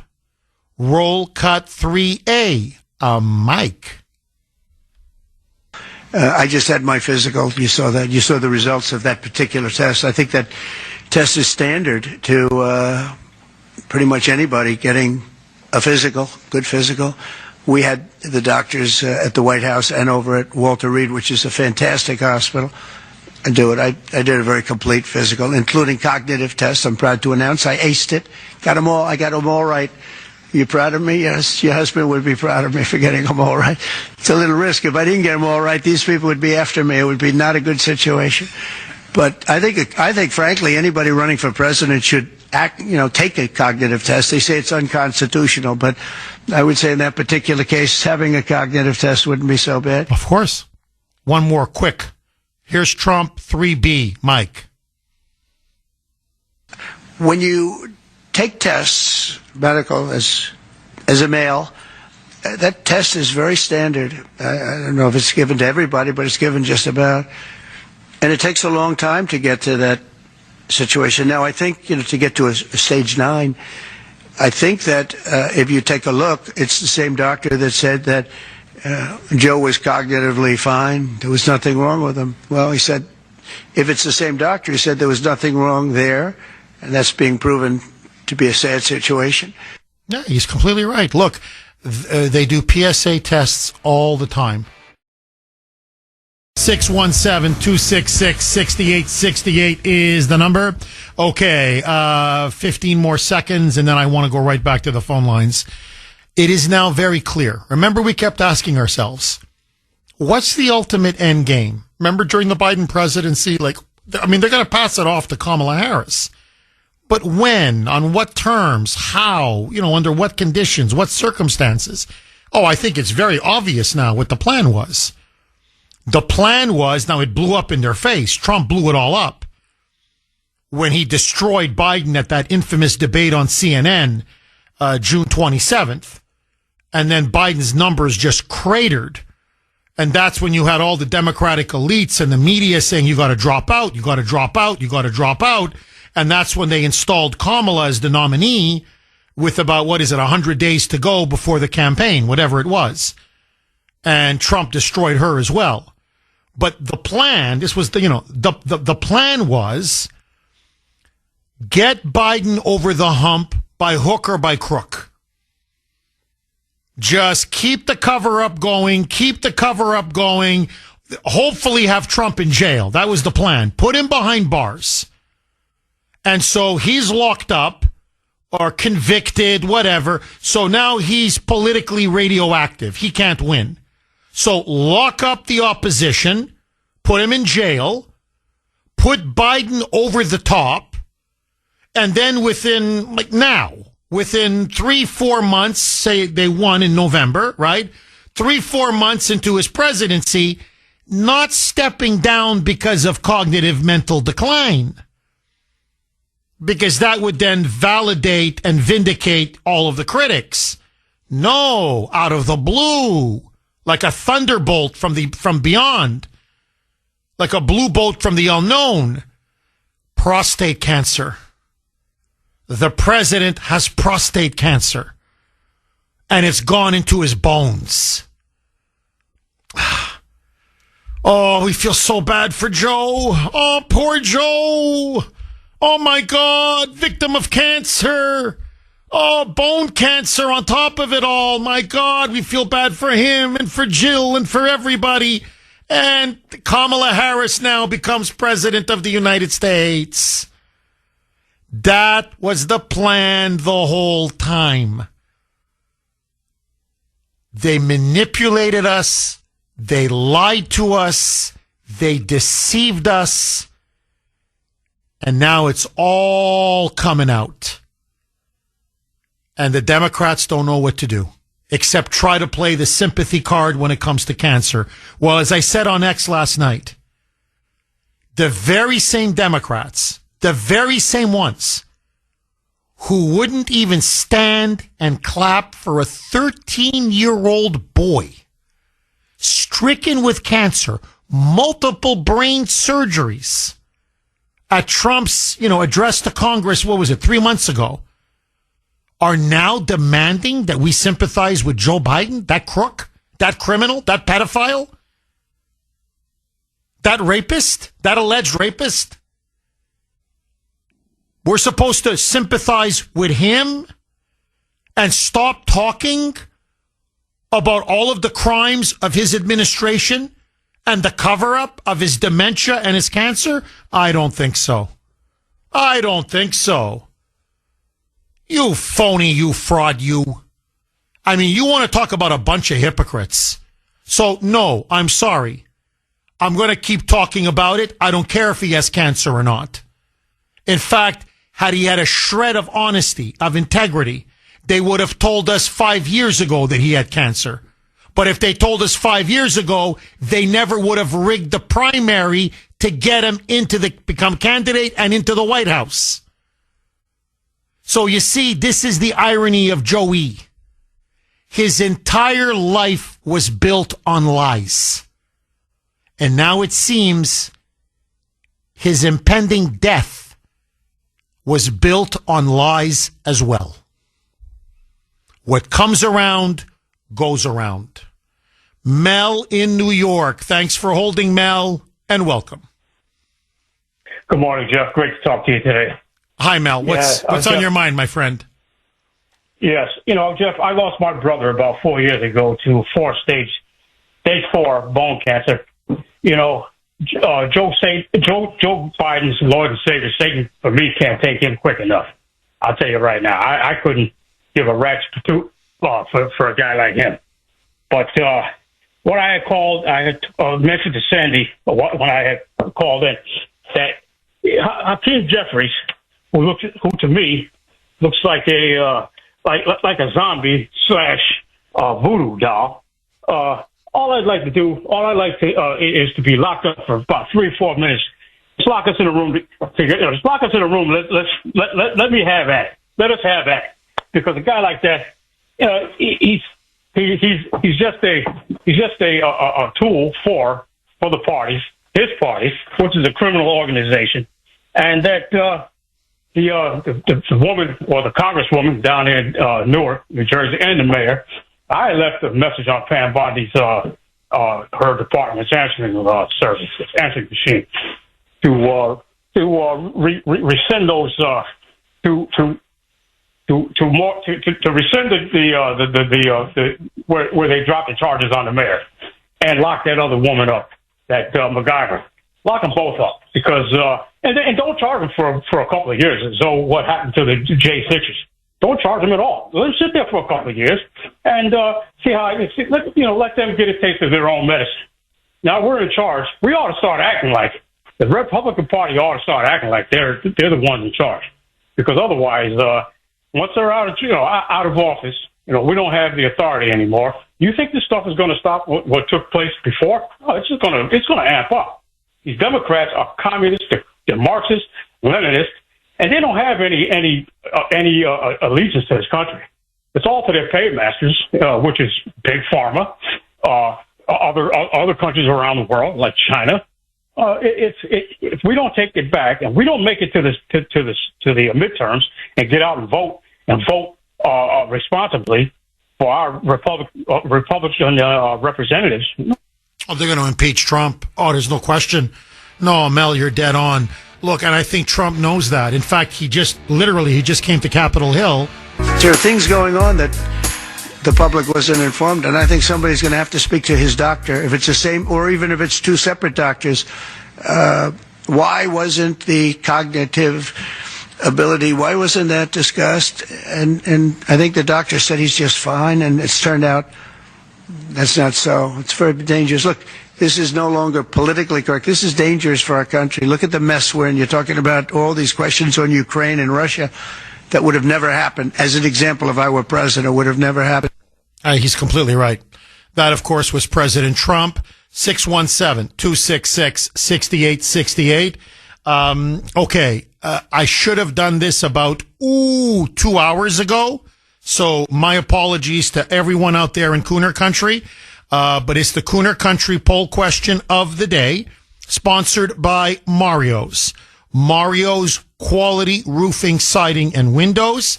And it's about the body slammer, Congresswoman McIver, LaMonica McIver, who now has been indicted. She will be formally arrested probably in about 2 hours for assaulting ICE officers.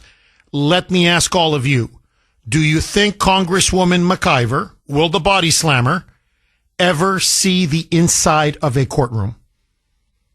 Will this even go to trial? I'm just curious. A, yes. B, no. You can vote on our webpage, wrko.com/Kuhner, wrko.com/Kuhner, Kuhn as in national ER. You can also vote via X, my handle there, and I'm very active on X. My handle at the Kuhner Report, all one word, KUHNER. Caroline in New Hampshire. Thanks for holding, Caroline, and welcome. Thank you, Jeff, for taking my call. My pleasure, Caroline. One thing you left out was the stealing of the election. And I think overall, if you sum up everything you were just talking about, it was actually a coup d'etat. They literally took over this country under false pretenses. We had a president who wasn't elected, and he was not in, with no disrespect meant, but absurdity included, he was not in his right mind, and everybody knew it. But other people took advantage of that. And I think that a lot of people made a lot of money, and I think in the long run, the American people lost. And I also think that, there was something, even RFK Jr. mentioned something called MK Ultra, and MK does not stand for mind control. Mr. Kennedy had said that. It stands for Mein Kampf. And a lot of people were, whatever MK Ultra Act, they used NLP, neuralistic programming, and other things. I think they used it on the news with wording, all kinds of things, and especially here in Massachusetts, because of all the states, this is the war. I've been everywhere. They bought it hook, line, and sinker here, and they still do. I don't know if they did hypnosis on TV. I mean, that may sound funny. I wouldn't put anything past what they've done. But they really twisted the minds of people into believing that they were speaking the truth. But thank God people like you had the courage to continue on and to speak up and to speak out and to speak against bullies that were harassing President Trump and his allies like Peter Navarro and Roger Stone and all those people that were heroes in all this whole story, because they never stopped speaking out. But the losers, I hate to say the losers, but the ones who were hurt, in my opinion, who I think we all need to watch out for still, are these children that were being, like your story yesterday, that 14-year-old girl, that's heart-wrenching. These immigrants that were being used for votes, but also these young children that were told that they could be girls instead of boys and boys instead of girls and went through the surgery. And I really worry about them, because now where do they stand? They have to live the rest of their life like this, and they were used. And I hope to God that our government, our new government that has a conscience, and the people that were there that have a conscience that fought about this, that they help these people, because these children, where are they in society now? And I think that they're in danger of depression, suicide, maybe not now, but in the future, because they're going to have problems. And a lot of people that were hurt by this have problems. And the truth is, if this country is going to survive, we are in a lot of trouble. I mean, we almost had the BRICS steal our dollar, okay? Like, destroy us. I happen to know for a fact, and you can read the articles, India and Brazil wanted to keep us into trade, okay? But Russia and China did not. They wanted to eliminate us from all their trade. And if Harris got in, we would have been, like you said, a third world country. We would have been out of finished. No, Caroline, look, I got to say, this is an outstanding call. Absolutely brilliant call. And look, let me get to your first point first. And this is my fear. You have a whole generation of children who have been brainwashed, indoctrinated, and experimented upon. And they've been told girls are boys or boys are girls, or they're neither, or they're they, or whatever. And they've had what they call gender reassignment surgery, sex change operations. And, and they've had hormone replacement therapy. And look, this is what happens. They're sterilized. They'll never be able to have children. What the media doesn't tell you, you can look it up, they will never be able to enjoy, forgive me, sex again. Do you understand? So I want you to think about a child who was manipulated by whatever it may be, society, teachers, peer pressure, parents, whatever it is, school counselors, whatever it was. You realize you're a girl. They told you you're a boy. Now you can't have children, ever. You can never enjoy physical intimacy for the rest of your life. It's irreversible. You can't go back. All the physical changes, the mutilation to your body, it's gone. It can never go back.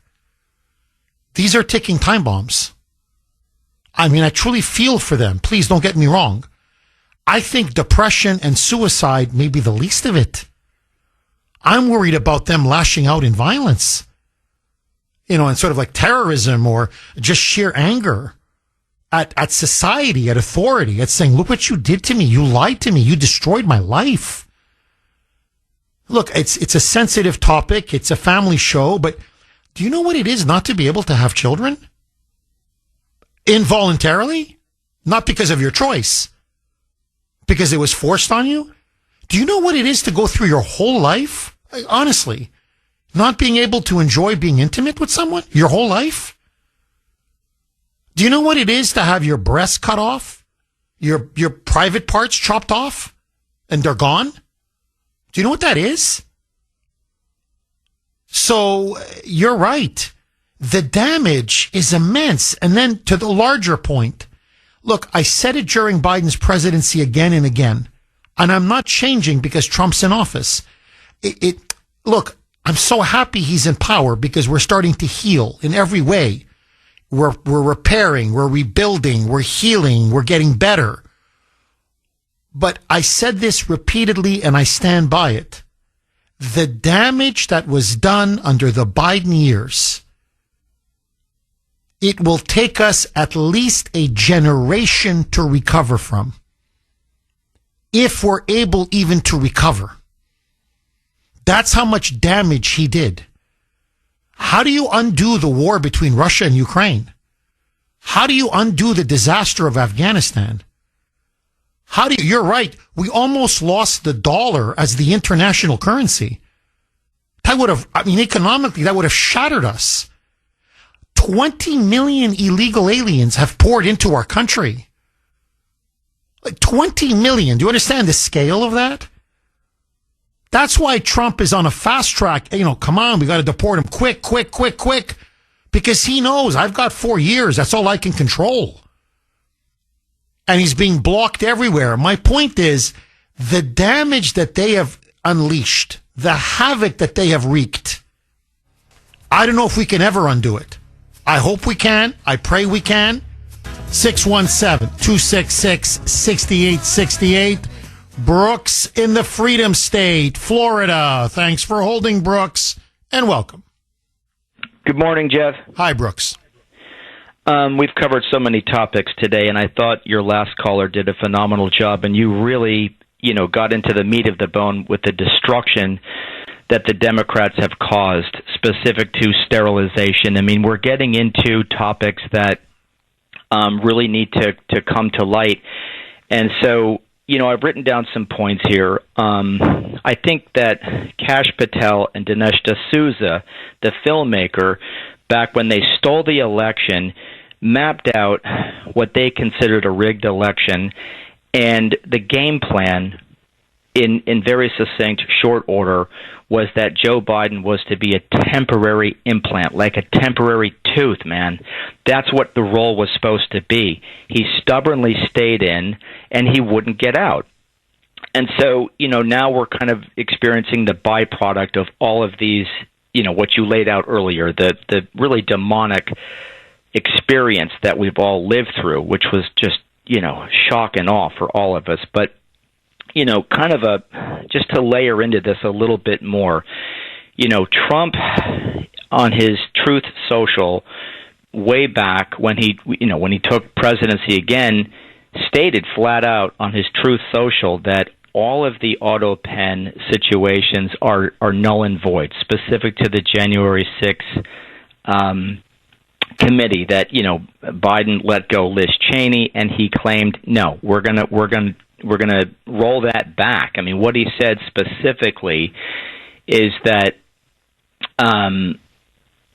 he stated that Joe Biden did not sign any of these from the January 6th investigations. He knew nothing about them. The people that did these committed a crime. Therefore, anything he signed or allegedly didn't sign is going to be up for debate and prosecutions. That's what he wrote on Truth Social. So, this is all steering into Pam Bondi again. What is she going to do about it?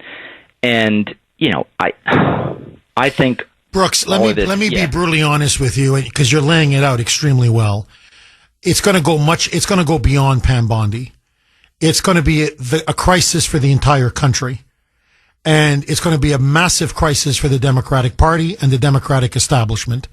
And that's why, again, I rarely quote Van Jones. But even that commie, even Van Jones, is warning Democrats, saying, no, you don't understand. This is a crime against the Republic. And this is going to haunt Democrats for generations to come. As he put it, for years to come. In other words, there's going to be a reckoning when the country gets the full extent of what happened. And we're right there. We're right on the cusp now. The whole Biden administration is going to be looked at, and it may have to be rescinded and repealed. It's going to plunge the country into a constitutional, political, legal crisis. And the Democrats are going to be 1,000% to blame. Biden is going to be to blame. Kamala is going to be to blame. Nancy Pelosi, Chuck Schumer, the entire Democratic leadership, the entire cabinet, the entire media. The country, I believe, will never forgive them for a long time to come for what they've done. And that's why they're petrified. And that's why I think one of the last cards that they played is the cancer card. That's why they released it on Sunday. to try to generate sympathy so people don't look. The Her tape is the bombshell. That's the smoking gun. I keep urging people. I go, look, it's about 4 minutes was released. Just listen to that 4 minutes. Now, that's what he was like all the time. All the time. All the time. This was the president? This is the guy they installed in the White House? Ay, ay, ay. I'm telling you, we are lucky to be alive. The country is lucky that we're still standing. So, Brooks, a reckoning is coming. And the Democrats will have no one to blame but themselves. Okay, Sharon in Medford. Sharon, I hate to do this to you because I wish I had more time, but you've got 1 minute. The floor is yours. Go. Thank you so much, and thanks for the time that you put into this. I want to talk about two little things, but they are actually connected. I'm not sure if you're familiar with any of Bill O'Reilly. I read in one of his books the beginning of one of them stating friends had written to him, people had called in when he was on TV saying, how did this all happen? How did the left get in control? Because we let it happen. He said, you're to blame. Most of us, the voters and people who don't vote, are to blame. You hear about these rumors and you just let it go. Half of this Democrat news will be all accepted. People will just flick the channel and say, geez, what a bunch of crooks. Isn't that terrible? We need a people's free press facts. Nothing but the facts. And you know who got snuffed this week? This sounds really corny. Amidst all of this, the Pope. What saved my weekend and saved my day on Sunday was watching his stellar, simple. Oh, I agree. So far, he's been a very pleasant surprise. Pope Leo XIV. I mean, I was tough on the guy when he was elected, but so far, he's pleasantly proving me wrong. It was a wonderful mass, and he's turning into, I think, so far, a very commendable Pope. And on that uplifting news, I gotta go. Bye-bye.